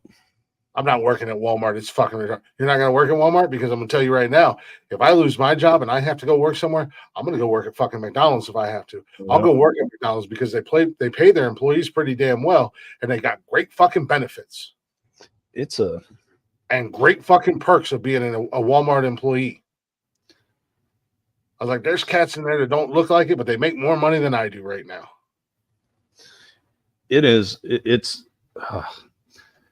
learning to trade is beyond improvement. I am so grateful that I got the opportunity to go to the vocational school and to take building trades and to get a head start out of everybody else. I got friends of mine that I graduated with that went and got master's degrees. I graduated 24 years ago in June. They're not even close to paying off their student loans and don't make what I make an hour. Yeah. With a goddamn master's degree. So there's something, I tell you this from personal experience, there's something about, I'm not telling you how to parent, but there's something about desperation that will force you to work wherever the fuck you can. that's why I said. I mean, and this is part of what I'm going through right now. This is part of my mindset right now, and why I'm struggling right now. Like I'm literally fucking struggling and fighting with everything I have not to fall into a deep dark depression again. This is one of the things because I'm at the point where I'm just gonna wash my hands and I told Nikki this. I was like, I can't even believe I'm saying this out loud, let alone thinking it. She gets a year after she graduates, and then I'm Mhm. kicking her And to have a job, have her license, have a vehicle, and have enough money saved up to have her own place. And I'm kicking her out. And if she doesn't have those things, well, I don't know what to tell you. Go, and I don't want to be that dad, but you have to. I mean, I'm not telling you have to, but I hate that. I fucking hate it. when Nikki and I had first gotten married, I didn't have a job, and I had this mentality of I'm not working anywhere that I am better than. Mhm. I'm not working at McDonald's. I'm not working at a fucking Walmart. I sound a lot like your daughter. I'm not working at some bullshit establishment where they've got good benefits, but they don't pay me well enough, and all this, that, and the other. I kind of like Benji said. I have standards. Mhm. I've got standards, but I ran through the bonus that the guard gave me, which was a $20,000 bonus. I ran through that bonus in the first 3 months of Nikki and I living together because she was the only one working, and we couldn't pay rent. And we were about to get evicted, and I was like, "Fuck." And so I went and I worked minimum wage at McDonald's for 3 months until I got a job at the salvage yard that paid me 25 cents more an hour, but it was 60 hours, 60 hours a week or however many. I worked overtime all the fucking time. And I fucking hated these jobs, but the only way I was going to live was to do it. It's that, I hate what I'm doing, but it motivates me to do better and get better. Mhm. And right now, all she has is what you get, what you give her. And she doesn't really have to work for anything. She doesn't have to graduate high school because dad's got my back, mom's got my back, all this stuff. Mm-hmm. And that's going to change when she leaves. Mhm. And, there's a difference between like making your kid grow up and kicking your kid to the curb and telling them it's your fucking problem now. There's a difference between the two. I mean, you can help them and point them in the right direction as long as you aren't just like, no, fuck you. Until you get a job in a place, you can't even come say hi to us anymore. Like there's a difference. I'm not gonna do that. Like I'm not disowning her or anything. But the problem is, exactly, like I know she can do it, and that's the fucked up thing about it is I know she can fucking do it. Mm-hmm. She's just choosing not to, and she doesn't have that. I don't have that secondary backup from her mom because since we've come back to Ohio, unfortunately, they've skirted by and got by mooching off of others and living off of others and everything else. And it's like she's seeing this and it's like, well, I mean, this is how it works. And it's like, no, because how are you seeing this and you live with me full time and you're not seeing the struggles that I go through, what I do, why I do what I do. Like, and don't listen to the words that are coming out of I understand this is easier. I understand this is easier. Trust me, if I had the means and I had I had no self-respect or if I had a lazy bone in me, then yeah, I would probably try to do the same. But that's not who I am. I'm built different. I want these guys to be built different too. I want them to, work hard and be proud of what they have. I don't have a lot, but I'm proud of everything I got because I've gotten it on my own. I've never had help. I've never had handouts.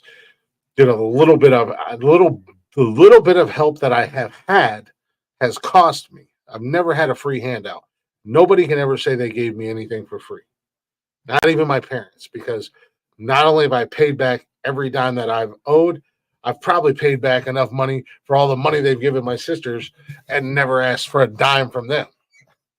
I was paying on a $2,000 loan for fucking 5 years. Do the math. $100 a week or a month or whatever. Do the math. You know, it was on the credit card and interest. Yeah, well, the interest rate isn't that high when you're paying 4 times your minimal balance, or your minimal due. Trust me, I'm seeing how that works right now.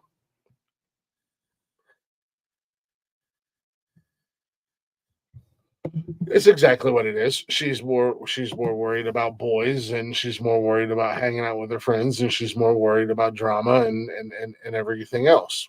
And that's what I said. But it kills me because I feel like a part of me feels like I failed as a father. I failed as a dad. I failed as a man to prepare her for life, even though I have tried.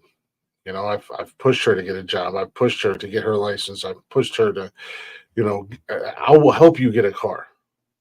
I will put you on my insurance. She has a cell phone. You don't have to pay for it. We're taking care of it. Like, I'm not going to pay for your car. I'm not going to pay for your license. I'll help you do whatever you need to do to get your license. I will help you get a car, help you with the down payment. From that moment on, the payments are up to you. The insurance is up to you. I'll put you on my insurance. I'll take the hit. But it's just getting to the point where it breaks my fucking heart, but and it weighs heavy on my mind that I have to go. Come May, you've got a year. Get your shit together. Get your shit right. If in a year you're doing the things that I think you should be doing, and I won't tell her this, but if she's doing the things that she should be doing and she hasn't found a place, okay, don't worry. You've got your license. You've gotten a car. You've got a job. You're saving money. You're working hard. Keep saving your money. And when you have the money and you find a place that you like, that's going to be safe in a good neighborhood, in a good area, then we cross that bridge when we get there. But if not, then it feels like I'm just tossing her out on the street. And then I got to deal with that. Then I got to look at myself in the mirror and go, oh, you're a real fucking piece of shit, Glick. Good job. And I know I'm not. It's just it's tough love. I'm not like I'm not disowning her or anything like that. It's time to grow up.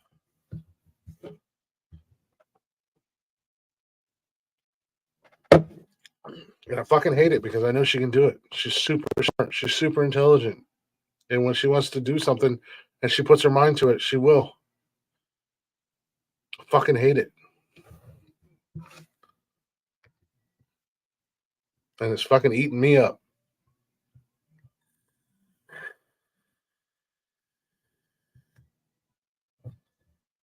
But and it's just, I just got to reach that point. I don't know what else to do or where else to go. But I just got to keep trying, I guess. But that's the thing. Like, you don't have the experience or the background to be picky right now. Right now, you take whatever you can get job wise.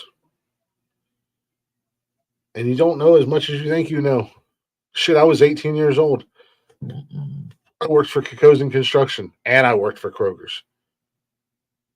If I didn't get the job offers that I had gotten in life because I went to the vocational school, I would have never left Kroger's. Again, I could be on the verge of retiring and be making good fucking money from a grocery store. Maybe more than what I make right now. And on the verge of retiring at 43 years old. 42 years old. Sorry, I'm 42. Shit, if I'd have never left Ohio and stayed at OSU, I would be retiring next year. Next year, yeah, I think next year. I could be if I wanted to at 20 years. But tough love is teachable moments for kids. It also teaches us as parents that we do what we have to do for the betterment of our children. Yeah, exactly. It don't make it any easier. Even though I know I'm doing the right thing, and even though at the end of the day it's what needs to be done, sure as shit don't make it any fucking easier. That's for goddamn sure. That's for fucking goddamn sure.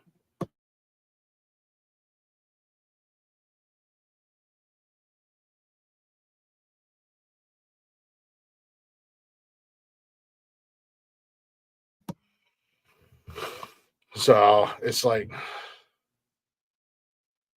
I don't know, man. Like, let's just I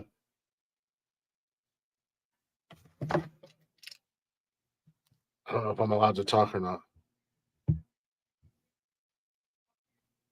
You're muted. Am I allowed to talk? You can talk. I'm just on the phone. That's why I'm not talking to you. I'm listening. I was like, he's on the phone. Should I shut the fuck up? Should we wrap this show up? What are you doing out there? I'm on the TV. What are you watching on your TV? Wrestling. Raw? Yeah. What do you got on? You got your Michigan jersey? I'm going to get ready and wrap this up here in a couple minutes. If you want to put Raw on the big TV in the living room. Why didn't get early? So if you want to put it on the big TV, you can.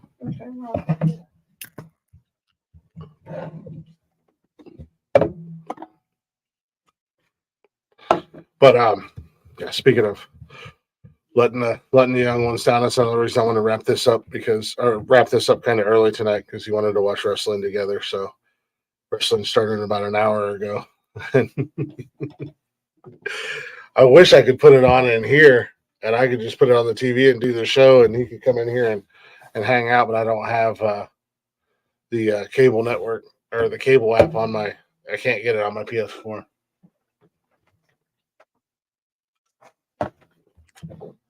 Plus, at the end of the day, there's no real reason for a Monday night show to go 3 hours unless we're like wrapped up in some serious conversation or some in-depth situations or whatnot. This is very serious. It's always serious.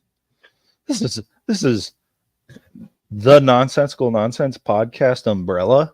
This is always serious. No, no. Again, like I said, I that's something else. I mean, I feel like I've been spending more time doing this when they're here during the week than actually spending with them hanging out. Especially when the shows go 3, 4, 5, 6 hours on a Wednesday or on a fucking Monday, and But anywho. Okay, give me your folder and then go to bed. What's that? Oh. Okay, give me your folder and then go to bed, please. I just had that same conversation with Cash today. Give me your folder and let me see. Well, it's like, it's just the paper was just like, give me your folder, bro. Well, I just finished putting them to bed, and it never fails. Every single night, I will put them to bed, and whether it's 5 minutes later or 20 minutes later, one of the two will come out. Usually Carson leads the way because he's the oldest. Yeah, exactly. And I gotta check my backpack.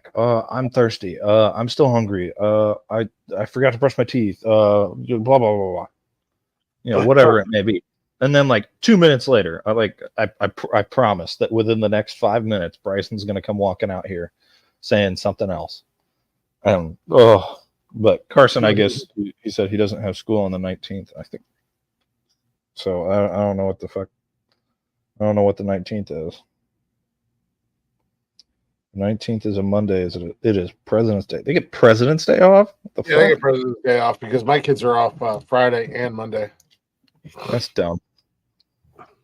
Well, they're off Friday for parent or teacher in service day, and then they're off Monday for President's Day. However, I do want to wrap this up. Connor, thank you for hanging out tonight. Per usual. Per usual. I do appreciate it. I always appreciate it. I enjoy getting to like do the fun, crazy shows with you now, like Wednesdays and Saturdays and stuff like that. But then I get to enjoy when we come in and we can have the serious conversations and hang out and chit chat and see a different side of each other. Yeah.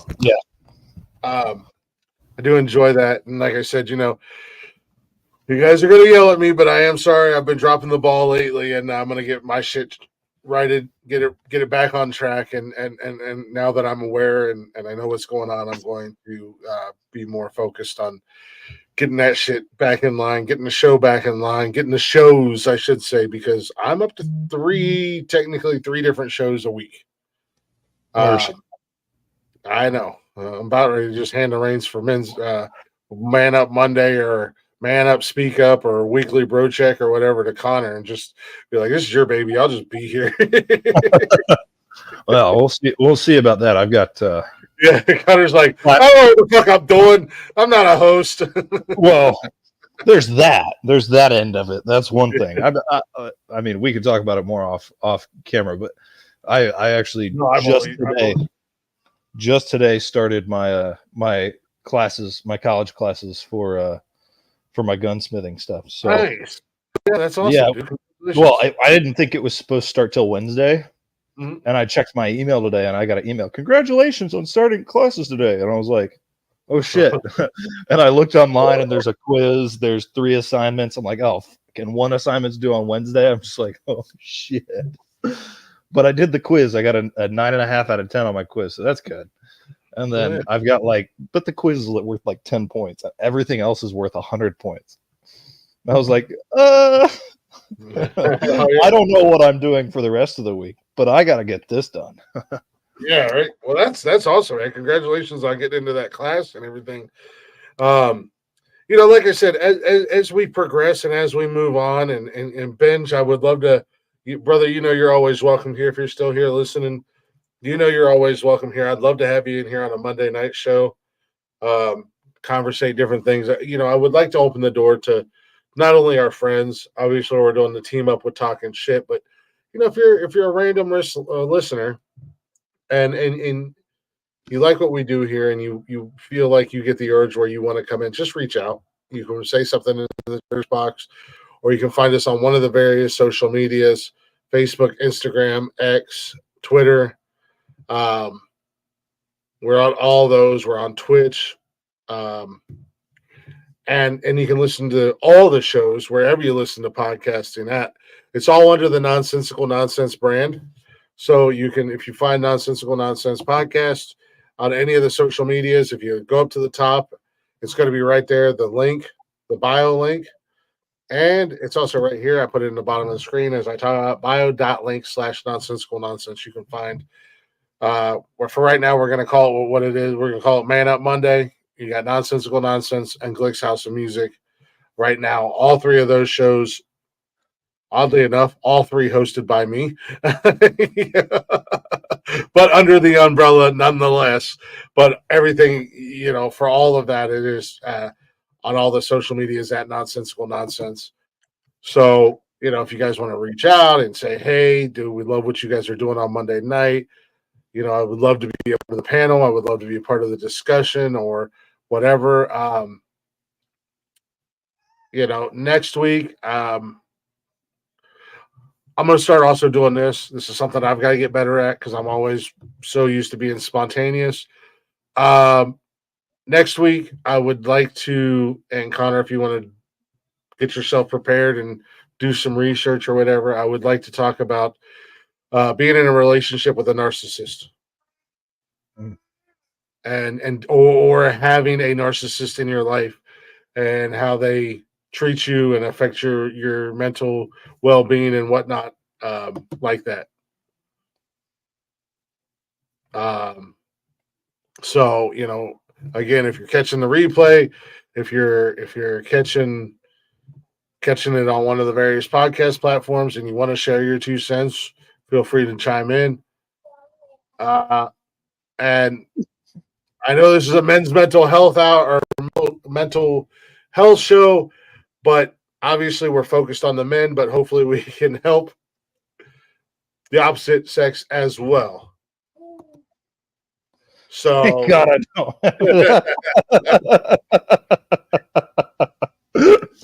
don't. So much like Leggy. Oh God, I could tell some stories. Hopefully, you're more than welcome to be in the chatter's box, and Deborah, you can be in the chatter's box sharing your experiences, sharing or push comes to shove, you're always welcome here. obviously it is a men's mental health thing, but if we can help somebody, a female as well, that's going through some things, awesome. But I do want to focus next week, and I want to have conversations about narcissists, dealing with narcissistic people, being in a relationship with narcissistic people, maybe working with a narcissist, whatever the case may be, and how. Fuck you, Connor. I'll spend the next week gaslighting you and tearing you down. Just make sure you remember who's in charge around here. But no, I would like to talk about that. I mean, I would like to get into a conversation and kind of dive into that and talk about some of the traits and characteristics and whatnot to and red flags to open your eyes to and pay attention to when it comes to narcissists. With that being said, before I continue to fucking talk, I'm gonna play a song like we normally do. I'm gonna play a song. And then when we come back, Connor, if you want to, when we come back, if you want to do like a quote or words of wisdom, because you said to talk to you on Monday for words of wisdom. I have a little quote here that I came across the other day that I liked, especially since we're doing what we're doing here. So, I'll let you go first, and then I'll go, and then we'll end this bad boy up and move on down the road. But I'm going to wrap this up with a little Matt James with Runaway. Just so you guys know, I started the show with Over and Out, Break. Great song by our friends at Over and Out. And a great video as well. You can check out those guys everywhere, wherever you stream music, and on all social media at over_n_out.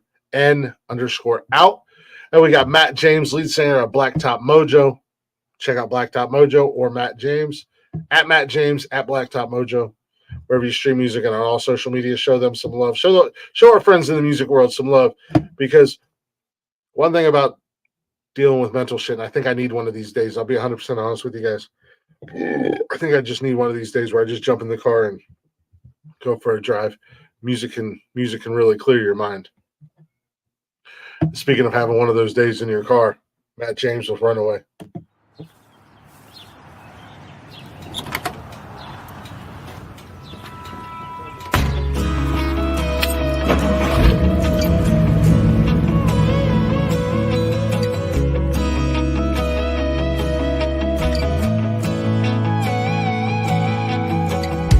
Sundown, the highway hums a unity bound. A small town in the rear view, fading like a photo in the sun. She tried to lead him past in a cloud of dust. Always scared to death, I've been catching up. Some things you just can't leave. I bet you thought the worst was over now. It's funny how it all comes back around. You can slap your foot down on the gas, but baby, you just can't outrun the past. It doesn't really matter how far you drive. You're gonna have to pump those brakes sometime and just slow it down. You can't just run away. Run away.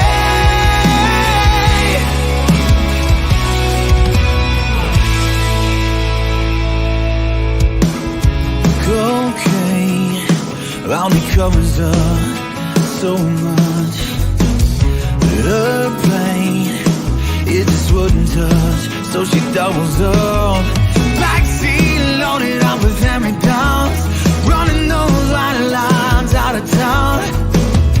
Some things you just can't quit. I bet you thought the worst was over now. It's funny how it all comes back around. You can slam your foot down on the gas, but baby, you just can't outrun the past. It doesn't really matter how far you drive. You're gonna have to pump those brakes sometime and just slow it down. You can't just run away.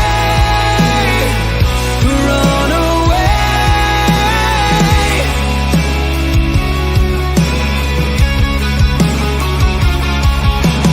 Settle it up, slow down.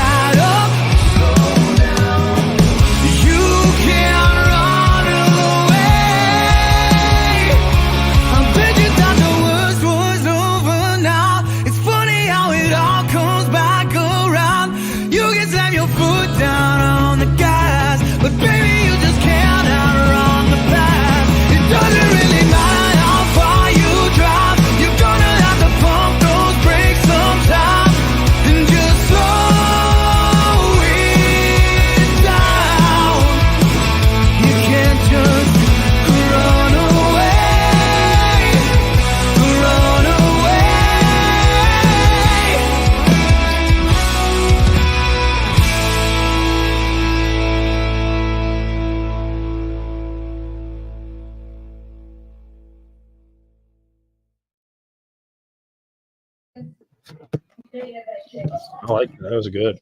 That was a good song. Oh, I saw Matty James is a hell of a singer. My man could fucking literally call me and be like, "I'm gonna sing the phone book to you, Glick," and I'd be like, "All right, I'm in." You say hi. Well, Miss, yes, your hair's not so crazy today. I do want to just say, just in case any of my kids hear this or anything like that. I hope you guys know I love you more than anything, and I'll do absolutely anything in the world for you. Don't think I'm beating any of you guys up or shitting on you guys, or I don't have faith in any of you guys or anything like that. I know you guys could move mountains, and if you couldn't, I'd be right there to push them for you and make you think you did it. So don't ever think I'm shitting on you. I'm just venting, and I love you guys more than anything. I know my kids like sometimes creep on the show and creep on our social media. So, but anyways, with that being said, we do appreciate you guys hanging out for another Monday night, another walk down men's mental health lane, I guess you could say. Before we take off, Connor, is there anything, any words of wisdom you'd like to leave the people with tonight? You know what? There was a quote that I found on Sunday night because I was thinking on Saturday night about it. And it is by Maya Angelou or Angelou. Oh, Angelo. It's Angelo. Maya Angelou. She's an amazing poet. Nice grab quote wise because it is Black History Month. But Maya Angelou is a fantastic poet. One of my favorites. I've never heard of her up until Sunday. But here, you can go play. Move Just along for a now. But the quote is, oh shit, I lost it. There it is. No, I didn't. There it is. Is I can be changed by what happens to me, but I refuse to be reduced by it. And that is something that I think that all of us should be able to relate to, and if we can't, then we should strive to relate to it more. Is not to let your past dictate how you are now in any negative way, but to move forward and move in an upward direction from it. And if you change for the better. 100% agree. And it's a great quote. Like I said, we could find Maya Angelou quotes for days. We could find poems for days. Hey, I'm a huge fan of poetry, and Maya Angelou is one of my favorites. So she's got some great works out there, some great uplifting quotes and poetry that is phenomenal. Also, Jarvis, you're super late. Jarvis, you suck.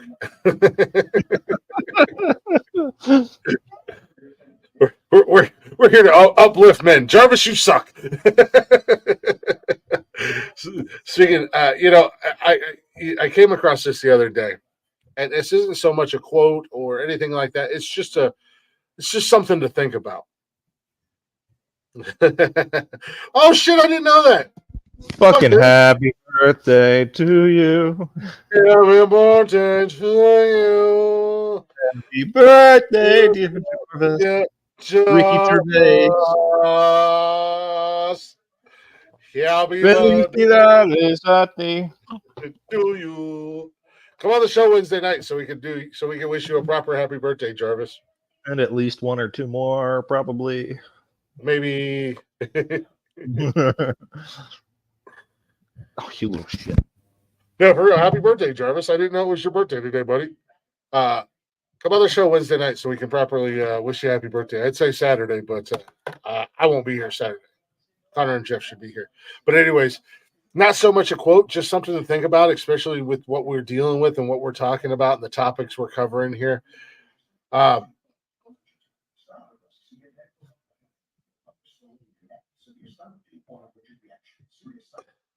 Will absolutely remind you. Congratulations, dude! You got to come on, man. It's your birthday. You passed your final. We got to wish you happy birthday. We got to congratulate you. Definitely bring your ass up. Bring your ass up Wednesday. So, but anyways, with the topics we're covering and the conversations that we're having and the roads that we're going to go down here in the future with this show, whatever we call it. Right now, we're going to make Man Up Monday. And like I said, I don't mean that in a negative way in any way, shape, or form. It is truly taking the negativity away from it and making Man Up a positive thing. Because as I said in the beginning of the show and as in the middle of the show, the definition of manning up is showing courage, being brave, stepping in and doing the things that need to be done when nobody else will do that. Nobody else is willing to have the tough conversations, and nobody is willing to allow themselves to be vulnerable and weak and still show courage by discussing these things in a real manner, not just looking at the internet or sharing stats or anything like that, but real conversations, real manners, a real manner. With that being said, it's something to think about. And this goes to you, to our men out there especially, but the rest of the world. Think about this. Men cry. Men break down. Men get anxiety. Men feel insecure. Men get abused. Men have emotions. Men have mental illnesses. It's not unmanly to struggle. Let's support men. Let's encourage men. Don't belittle or silence men. Men struggle too. Everything that we're taught and we're told, and you guys are told, and the world is taught and told, and we as men are taught and told we don't go through, we actually go through. We just do it in silence. There's no more silence. I'm a big voice. I'm a big personality. If I got to scream it on the mountaintops, then goddamn it, I will. But I'm tired of our men being silenced. Look at the suicide rate in our world, men compared to women. Look at the suicide rate of men under the age of 25. It's out of control. And it needs to be curved back. We're losing far too many good men because they are taught or they are told that they're less of a man because they have emotions or they have feelings or whatever the case may be. And this is what we plan on doing here with this show. This is my intentions. This is my goal. And Connor's on board with me. There's other people that are on board with us. I can be fun. I can be jokey guy. I can laugh and joke. I can be an asshole. I can raise my voice and I can curse and I can pound my chest like I'm King Goddamn Kong. Or I can sit here and I can have real conversations with real people about real struggles and real issues. I am your Swiss utility knife of podcasting. You're a Glick Army knife. I am a Glick Army knife of podcasting. A new title, Connor. Thank you very much. God damn it! Fuck! I am Glick, the champion Glick Army knife of podcasting. Speaking of narcissists, I am the champ.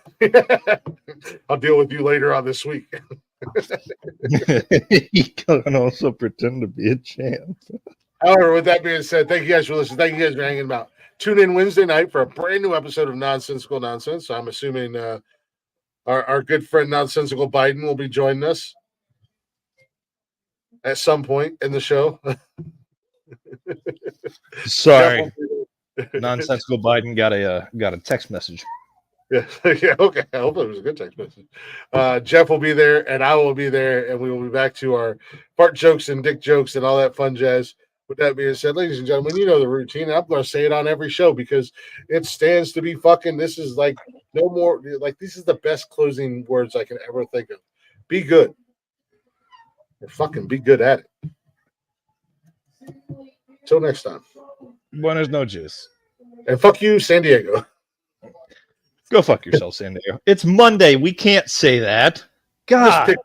We should just San start Diego, if you have anything that you need to say and you have a penis, please feel free to come on here. We will only poop on you for 20 minutes about the fact that you were in California. And then we'll talk about your problems. And the fact that they're all your fault anyway. You follow us, I'll look at you. You got content, we'll follow you back. Connor, what I need to do is pick a different city in California every Wednesday and every Saturday. So it's not San Diego. Go fuck